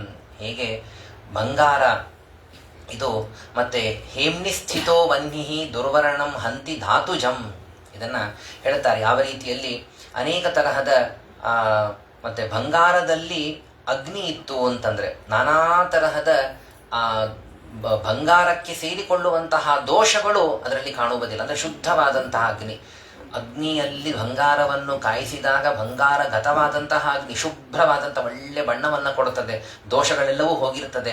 ಹಾಗೆ ಪರಮಾತ್ಮನಲ್ಲಿ ಜೀವನು ಪ್ರವೇಶ ಮಾಡಿ ಜೀವನಲ್ಲಿ ಪರಮಾತ್ಮ ಸೇರಿಕೊಂಡಂತಹ ಸಂದರ್ಭದಲ್ಲಿ ಯಾವ ದೋಷಗಳೂ ಕೂಡ ಅಲ್ಲಿಗೆ ಕಾಣುವುದಿಲ್ಲ. ವಿದ್ಯಾ ತಪಃ ಪ್ರಾಣ ನಿರೋಧ ಮೈತ್ರಿ ತೀರ್ಥಾಭಿಷೇಕಂ ವ್ರತ ದಾನ ಜಪ್ಯೈ ನಾತ್ಯಂತ ಶುದ್ಧಿಂ ಲಭತೆ ಅಂತರಾತ್ಮ ಯಥಾ ಹೃದಯಸ್ಥೇ ಭಗವತ್ಯನಂತೆ. ಪರಮಾತ್ಮನಲ್ಲಿ ಮನಸ್ಸು ಇದ್ದಾಗ, ದೇವರಲ್ಲಿ ನಾವು ಮುಳುಗಿದಾಗ ಎಷ್ಟು ಶುದ್ಧಿ ಸಿಗತ್ತೆ, ಅಷ್ಟು ಶುದ್ಧಿ ಇನ್ಯಾವುದರಿಂದಲೂ ಸಿಗುವುದಿಲ್ಲ. ಅಂದರೆ ಭಗವತ್ ಸ್ಮರಣ ಇಲ್ಲದ ವಿದ್ಯೆ. ಬೇಕಾದಷ್ಟು ವೇದಗಳನ್ನು ಬಾಯಲ್ಲಿ ಇಟ್ಟುಕೊಂಡಿರಬಹುದು, ಬೇಕಾದಷ್ಟು ಶಾಸ್ತ್ರವನ್ನು ಪಟಪಟ ಅಂತ ಹೇಳ್ತಿರಬಹುದು. ಭಗವಂತನಲ್ಲಿ ಮನಸ್ಸಿಲ್ಲ ಅಂತಾದರೆ ಆ ವಿದ್ಯೆ ನಮ್ಮನ್ನು ಶುದ್ಧಗೊಳಿಸುವುದಿಲ್ಲ. ಅನೇಕ ತರಹದ ತಪಸ್ಸು, ನಾನಾ ತರಹದ ಉಪವಾಸ, ತಪಸ್ಸು, ಮತ್ತೊಂದನ್ನು ಎಲ್ಲವನ್ನ ಮಾಡ್ತಿರಬಹುದು. ಆದರೆ ವಿಷ್ಣು ಚಿಂತನವಿಲ್ಲ, ಭಕ್ತಿ ಇಲ್ಲ ಅಂತಾದರೆ ಅದು ನಮ್ಮನ್ನು ಶುದ್ಧಗೊಳಿಸುವುದಿಲ್ಲ. ಹಾಗೆ ಎಲ್ಲದಕ್ಕೂ ಮತ್ತೆ ಪ್ರಾಣಪ್ರಾಯವಾಗಿ ವಿಷ್ಣು ಭಕ್ತಿ, ಎಲ್ಲ ಸಾಧನೆಗಳು, ಪ್ರಾಣ ನಿರೋಧ, ಮೈತ್ರಿ, ತೀರ್ಥಾಭಿಷೇಕ, ವ್ರತ, ದಾನ, ಜಪ, ಏನೇ ಸಾಧನೆಗಳನ್ನು ಮಾಡಿದರೂ ಕೂಡ ಆ ಸಾಧನೆಗಳಲ್ಲಿ ವಿಷ್ಣು ಭಕ್ತಿ ಇದ್ದರೆ ಮಾತ್ರ ಅದು ಒಳ್ಳೆಯ ಸಾಧನವಾಗತ್ತೆ, ನಮ್ಮನ್ನು ಶುದ್ಧಗೊಳಿಸ್ತದೆ. ಅದು ಇಲ್ಲ ಅಂತಾದರೆ ಕೇವಲ ಶರೀರಪ್ರಾಯವಾದಂಥದ್ದು, ಆತ್ಮನೇ ಇಲ್ಲ, ಬರೀ ಶರೀರಪ್ರಾಯವಾದಂಥ ಯಾವ ಸಾಧನೆಗಳು ನಮ್ಮನ್ನು ಶುದ್ಧ ಮಾಡುವುದಿಲ್ಲ. ಇದಕ್ಕೆ 4ನೆಯ ಅಧ್ಯಾಯದಲ್ಲಿ ಭಗವದ್ಗೀತಾದಲ್ಲಿ ಅಲ್ಲೊಂದು ಮಾತನ್ನು ಹೇಳ್ತಾರೆ, ಬಹಳ ಚೆನ್ನಾಗಿರುವಂತಹ ಮಾತು. ನಾವು ಮಾಡುವ ಸಾಧನೆಗಳೆಲ್ಲವೂ ಕೂಡ ಕೇವಲ ಅದು ಜಪ ಇಷ್ಟೇ ಆಗತ್ತೆ, ಅಧ್ಯಯನ ಬರೀ ಅಧ್ಯಯನ ಅಂತ ಆಗತ್ತೆ. ಆದರೆ ಅದೆಲ್ಲವೂ ಕೂಡ ಯಜ್ಞ ಅಂತ ಆಗಬೇಕಾದರೆ ಕೃಷ್ಣ ಗೀತೆಯಲ್ಲಿ ಹೇಳ್ತಾನೆ, ಸ್ವಾಧ್ಯಾಯ ಜ್ಞಾನಯಜ್ಞಾಶ್ಚ ಯತಯ ಸಂಶಿತಂ ವ್ರತಾಃ. ಅಲ್ಲಿ ದ್ರವ್ಯಯಜ್ಞ, ತಪೋಯಜ್ಞ, ಯೋಗಯಜ್ಞ ತಥಾಪರೆ ಎಲ್ಲಾ ಯಜ್ಞಗಳನ್ನು, ದ್ರವ್ಯಯಜ್ಞ, ತಪೋಯಜ್ಞ, ದಾನಯಜ್ಞ, ಎಲ್ಲಾ ಯಜ್ಞ. ಯಾಕ ಯಜ್ಞ ಶಬ್ದವನ್ನು ಬಳಸ್ತಾನೆ ಅಂತಂದ್ರೆ ಆಚಾರ್ಯರು ಭಾಷ್ಯದಲ್ಲಿ ತಿಳಿಸ್ತಾರೆ, ನಾವು ಮಾಡಿದ ಒಂದು ದಾನ ಇದು ಕೇವಲ ದಾನವಾಗತ್ತೆ. ಆದರೆ ದಾನ ಯಜ್ಞವಾಗಬೇಕಾದರೆ ನಾವು ಆಹುತಿಯನ್ನ ಹಾಕಿದಿವಿ, ಅದು ಬರೀ ದ್ರವ್ಯ ಪ್ರಕ್ಷೇಪವಾಯಿತಷ್ಟೇ. ಆದರೆ ಆ ದ್ರವ್ಯ ಪ್ರಕ್ಷೇಪ ಮಾಡಿದ್ದು ಅದು ಯಜ್ಞ ಅಂತ ಆಗಬೇಕಾದರೆ, ಯಾವುದೇ ಸ್ವಾಧ್ಯಾಯ ಶಾಸ್ತ್ರಾಧ್ಯಯನ ಮಾಡ್ತಾ ಇದ್ದೇವೆ, ಶಾಸ್ತ್ರಾಧ್ಯಯನ ಮಾಡಿದ್ದು ಕೂಡ ಸ್ವಾಧ್ಯಾಯ ಜ್ಞಾನ ಯಜ್ಞ ಅಂತ ಆಗಬೇಕಾದರೆ ಭಗವತಿ ಸಮರ್ಪಿತಂಚೇದೇವ, ಪರಮಾತ್ಮನಲ್ಲಿ ಸಮರ್ಪಣೆಗೊಂಡಾಗ ಭಗವಂತನೇ ನನ್ನಲ್ಲಿ ಇದ್ದು ಎಲ್ಲಾ ಕರ್ಮಗಳನ್ನು ಮಾಡ್ತಾ ಇದ್ದಾನೆ, ಇದು ಅವನ ಪೂಜೆ, ಪರಮಾತ್ಮನ ಆರಾಧನಾ. ಇದು ಅಧ್ಯಯನವೋ ದಾನವೋ ಅಥವಾ ವ್ರತಗಳು, ಉಪವಾಸಗಳು, ಜಪಗಳು, ನಾವು ಮಾಡುವಂತಹ ಎಲ್ಲವೂ ಕೂಡ ಭಗವಂತನ ಆರಾಧನಾ, ಭಗವಂತ ಸಂತೋಷ ಪಡುವಂತಹ ಕೆಲಸ ಇದು ಅಂತನ್ನುವುದಾಗಿ ತಿಳಿದು ಅವನ ಕರ್ತೃತ್ವವನ್ನು ವಿಶೇಷವಾಗಿ ತಿಳಿದರೆ ಮಾತ್ರ ಮಾಡಿದ್ದೆಲ್ಲವೂ ಕೂಡ ಯಜ್ಞವಾಗತ್ತೆ. ಇಲ್ಲ ಅಂದ್ರೆ ಯಜ್ಞವಾಗುವುದಿಲ್ಲ. ಅನೇನೈವ ಯಜ್ಞತ್ವ ಸಂಪಾದನಂ ನ ಇತರಥ, ಪ್ರಮೇದೀಪಿಕಾದಲ್ಲೂ ಕೂಡ ಹೇಳ್ತಾರೆ. ಆದ್ದರಿಂದ ಆ ರೀತಿಯಲ್ಲಿ ಭಗವಂತನ ಒಂದು ಚಿಂತನವನ್ನ ಮಾಡಿದರೆ ಮಾತ್ರ ಎಲ್ಲವೂ ಕೂಡ ವಿಶಿಷ್ಟ ಸಾಧನ ಅಂತ ಆಗತ್ತೆ. ಅಜಾಮಿಳನ ಕಥೆಯನ್ನ ಕೇಳ್ತೀವಿ. ಏನು ಮಾಡಿದ ಅಜಾಮಿಳ? ಕೊನೆಯ ಹೊತ್ತಿನಲ್ಲಿ ಅವನಿಗೆ 1 ವರ್ಷದ ಯಜ್ಞ ಮಾಡುವಷ್ಟು ಸಾಧ್ಯ ಇತ್ತ? ಸಮಯ ಇದ್ದದ್ದು ಯಮದೂತರು ಬಂದೇ ಬಿಟ್ಟಿದ್ದಾರೆ. ಯಮದೂತರು ಕಾಣಿಸಿಕೊಳ್ತಾ ಇದ್ದಾರೆ. ಕಾಣಿಸಿಕೊಳ್ತಾ ಇರಬೇಕಾದಾಗ ಮಗನನ್ನು ತಾನು ಜೋರಾಗಿ ಕಿರಿಚಿದ. ಆರಂಭ ನಾರಾಯಣ ಅಂತನ್ನುವುದಾಗಿ ಕಿರಿಚಿದ. ಸಮಯ ಬಹಳ ಇಲ್ಲ ಅವನಿಗೆ, ಕ್ಷಣಗಳು ಮಾತ್ರ ಇದೆ. ಅಂಥ ಕ್ಷಣಗಳಲ್ಲಿ ಅವನು ತಕ್ಷಣಕ್ಕೆ ಭಗವಂತನ ಅನುಗ್ರಹ, ಹಿಂದಿನ ಕರ್ಮಗಳ ಒಂದು ಅವನ ಬಲವೂ ಕೂಡ ಇತ್ತು. ಹಾಗಾಗಿ ಅಜಾಮಿಳ ಕೊನೆಯ ಹೊತ್ತಿನಲ್ಲಿ ವಿಶೇಷವಾಗಿ ಭಕ್ತಿಯಿಂದ ಭಗವಂತನ ಸ್ಮರಣೆ ಮಾಡಿದ. ಯನ್ನಾಮ ವಿವಶೋ ಗೃಣನ್. ಆ ವಿವಶ ಅನ್ನೋ ಶಬ್ದ ಭಾಗವತ 6ಠ ಸ್ಕಂದದಲ್ಲಿ ತುಂಬಾ ಮಹತ್ವದ್ದು. ವಿವಶಃ, ಭಗವಂತನ ನಾಮೋಚ್ಚಾರಣೆ ಮಾತ್ರ ಮಾಡಿದರೆ ಅಜಾಮಿಳನಿಗೂ ಸಿಕ್ಕ ಫಲ ಸಿಗುತ್ತಿರಲಿಲ್ಲ. ಬರೀ ನಾರಾಯಣ ನಾರಾಯಣ ನಾವು 10 ಸಲ ಅಂತಿರ್ತೀವಿ, ಅದನಂದ್ರೆ ಪ್ರಯೋಜನ ಹೆಚ್ಚಿಗೆ ಆಗುವುದಿಲ್ಲ. ಎಷ್ಟು ವಿವಶರಾಗಿ ಭಗವಂತನ ನಾಮವನ್ನ ಅಂತೇವೋ ಅಷ್ಟು ಅದು ಹೆಚ್ಚಿನ ಫಲಪ್ರದವಾಗತ್ತೆ. ಆ ರೀತಿಯಲ್ಲಿ ಇಲ್ಲೂ ಕೂಡ ತಸ್ಮಾತ್ ಸರ್ವಾತ್ಮನ ರಾಜನ್ ಹೃದಯಸ್ಥಂ ಕುರು ಕೇಶವಂ, ದೇವರನ್ನು ಹೃದಯದಲ್ಲಿ ಇಟ್ಟುಕೊಳ್ಳಬೇಕು. ಕಲಿಯುಗದ ದೋಷದ ಪರಿಹಾರಕ್ಕೆ ಅತ್ಯಂತ ಶ್ರೇಷ್ಠ ಉಪಾಯ ಪರಮಾತ್ಮನನ್ನ ಹೃದಯಸ್ಥನನ್ನಾಗಿ ಮಾಡಿಕೊಳ್ಬೇಕು. ಮ್ರಿಯಮಾಣೋ ಹಿ ಅವಹಿತಃ ತಥೋ ಯಾಸಿ ಪರಾಂಗತಿಂ. ಕೊನೆಯ ಸಂದರ್ಭದಲ್ಲೂ ಕೂಡ ಪರೀಕ್ಷಿತನಿಗೆ ಶುಕಾಚಾರ್ಯ ಹೇಳ್ತಾ ಇದ್ದಾರೆ, ಪರೀಕ್ಷಿತ ನಿನಗಿದು ವಿಶೇಷವಾಗಿ ನೀನು ಗಮನಿಸಬೇಕಾದಂತಹದ್ದು. ಯಾಕಂದ್ರೆ ಮ್ರಿಯಮಾಣ, ನಿನ್ನೇನು ಹತ್ರದಲ್ಲೇ ಇದೆಯಾ ನೀನು, ಆದ್ರಿಂದಾಗಿ 12 ಸ್ಕಂದನೂ ಬೇರೆ ಬಂದ್ಬಿಟ್ಟಿದೆ. ಆದ್ರಿಂದ ಪರೀಕ್ಷಿತನಿಗೆ ಹತ್ರದ್ದೇ ಸಮಯ. ಮ್ರಿಯಮಾಣ ಹಿ ಅವಹಿತಃ ತ್ವಂ ತತಃ ಪರಾಂಗತಿಂ ಯಾಸಿ. ಬಹಳ ಗಮನ ಕೊಡು. 7ನೇ ದಿನ ನಡೆದಿತ್ತಿದು 12 ಸ್ಕಂದ. ಪರೀಕ್ಷಿತನ 7 ದಿನದ ಆಯುಷ್ಯ ಮಾತ್ರ ಇತ್ತು. ಅದರಲ್ಲಿ 12 ಸ್ಕಂದ ಅಂದ್ಮೇಲೆ 7ನೇ ದಿನ, ಇನ್ನೇನು ತಕ್ಷಕ ಹತ್ರದಲ್ಲೂ ಬೇರೆ ಇದ್ದಾನೆ. ಅಂಥ ಸಂದರ್ಭದಲ್ಲಿ ಪರೀಕ್ಷಿತ ಕೇಳ್ತಾ ಇದ್ದಾನೆ. ಶುಕಾಚಾರ್ಯ ನೆನಪಿಸ್ತಾರೆ, ನೆನಪಿಟ್ಟುಕೋ ಈ ಮಾತು, ಭಗವಂತನನ್ನ ಚೆನ್ನಾಗಿ ಧ್ಯಾನ ಮಾಡು, ತುಂಬಾ ಏಕಾಗ್ರ ಚಿತ್ತನಾಗಿ ನೀನು ಆ ಕೊನೆಯ ಹೊತ್ತಿನಲ್ಲಿ ಧ್ಯಾನವನ್ನು ಮಾಡು, ದೇವರನ್ನು ನೀನು ಚೆನ್ನಾಗಿ ಪಡೀತೀಯಾ. ಆದ್ರಿಂದ ಹಾಗೆ ಕಲೇರ್ ದೋಷ ನಿಧೇ ರಾಜನ್ ಅಸ್ತಿ ಹ್ಯಕೋ ಮಹಾನ್ ಗುಣ ಕೀರ್ತನಾದೇವ ಕೃಷ್ಣಸ್ಯ ಮುಕ್ತ ಸಂಘ ಪರಂ ವ್ರಜೇತ್. ಕಲಿಯುಗ ಅಂತಂದ್ರೆ ದೋಷಗಳು ತುಂಬಿದೆ, ಹೌದು. ಆದರೆ ಇಷ್ಟೆಲ್ಲ ದೋಷಗಳು ತುಂಬಿರೋದರ ಮಧ್ಯದಲ್ಲೇನೆ ಒಂದು ದೊಡ್ಡ ಗುಣ ಇದೆ ಕಲಿಯುಗಕ್ಕೆ. ಕಲಿಯುಗದ ಬರೀ ದೋಷಗಳನ್ನೇ ಕೇಳಿದ್ದಾಯ್ತು, ಒಂದು ದೊಡ್ಡ ಗುಣ ಇದೆ ಎಂದು ತಿಳಿಸ್ತಾರೆ. ಆ ಗುಣ ಏನು ಅಂತಂದ್ರೆ ಭಗವಂತನ ಕೀರ್ತನದಿಂದ ತಾನು ಎಲ್ಲ ಮುಕ್ತ ಸಂಗನಾಗಿ, ಅಥವಾ ಮುಕ್ತ ಸಂಘ ಸನ್ ಕೃಷ್ಣಸ್ಯ ಕೀರ್ತನಾದೇವ, ಎಲ್ಲದರ ಸಂಘವನ್ನ ಬಿಟ್ಟು ವಿರಕ್ತನಾಗಿ ಭಗವಂತನನ್ನು ಚೆನ್ನಾಗಿ ಕೀರ್ತನೆ ಮಾಡಿದರೆ ಆಗ ಅವನು ಪರಂ ವ್ರಜೇತ್, ಅವನು ವಿಶೇಷವಾದಂತಹ ಪರಮಾತ್ಮನ ಸ್ಥಾನವನ್ನೇ ಅವನು ಪಡಿತಾನೆ. ಮುಕ್ತ ಸಂಘನಾಗಬೇಕು.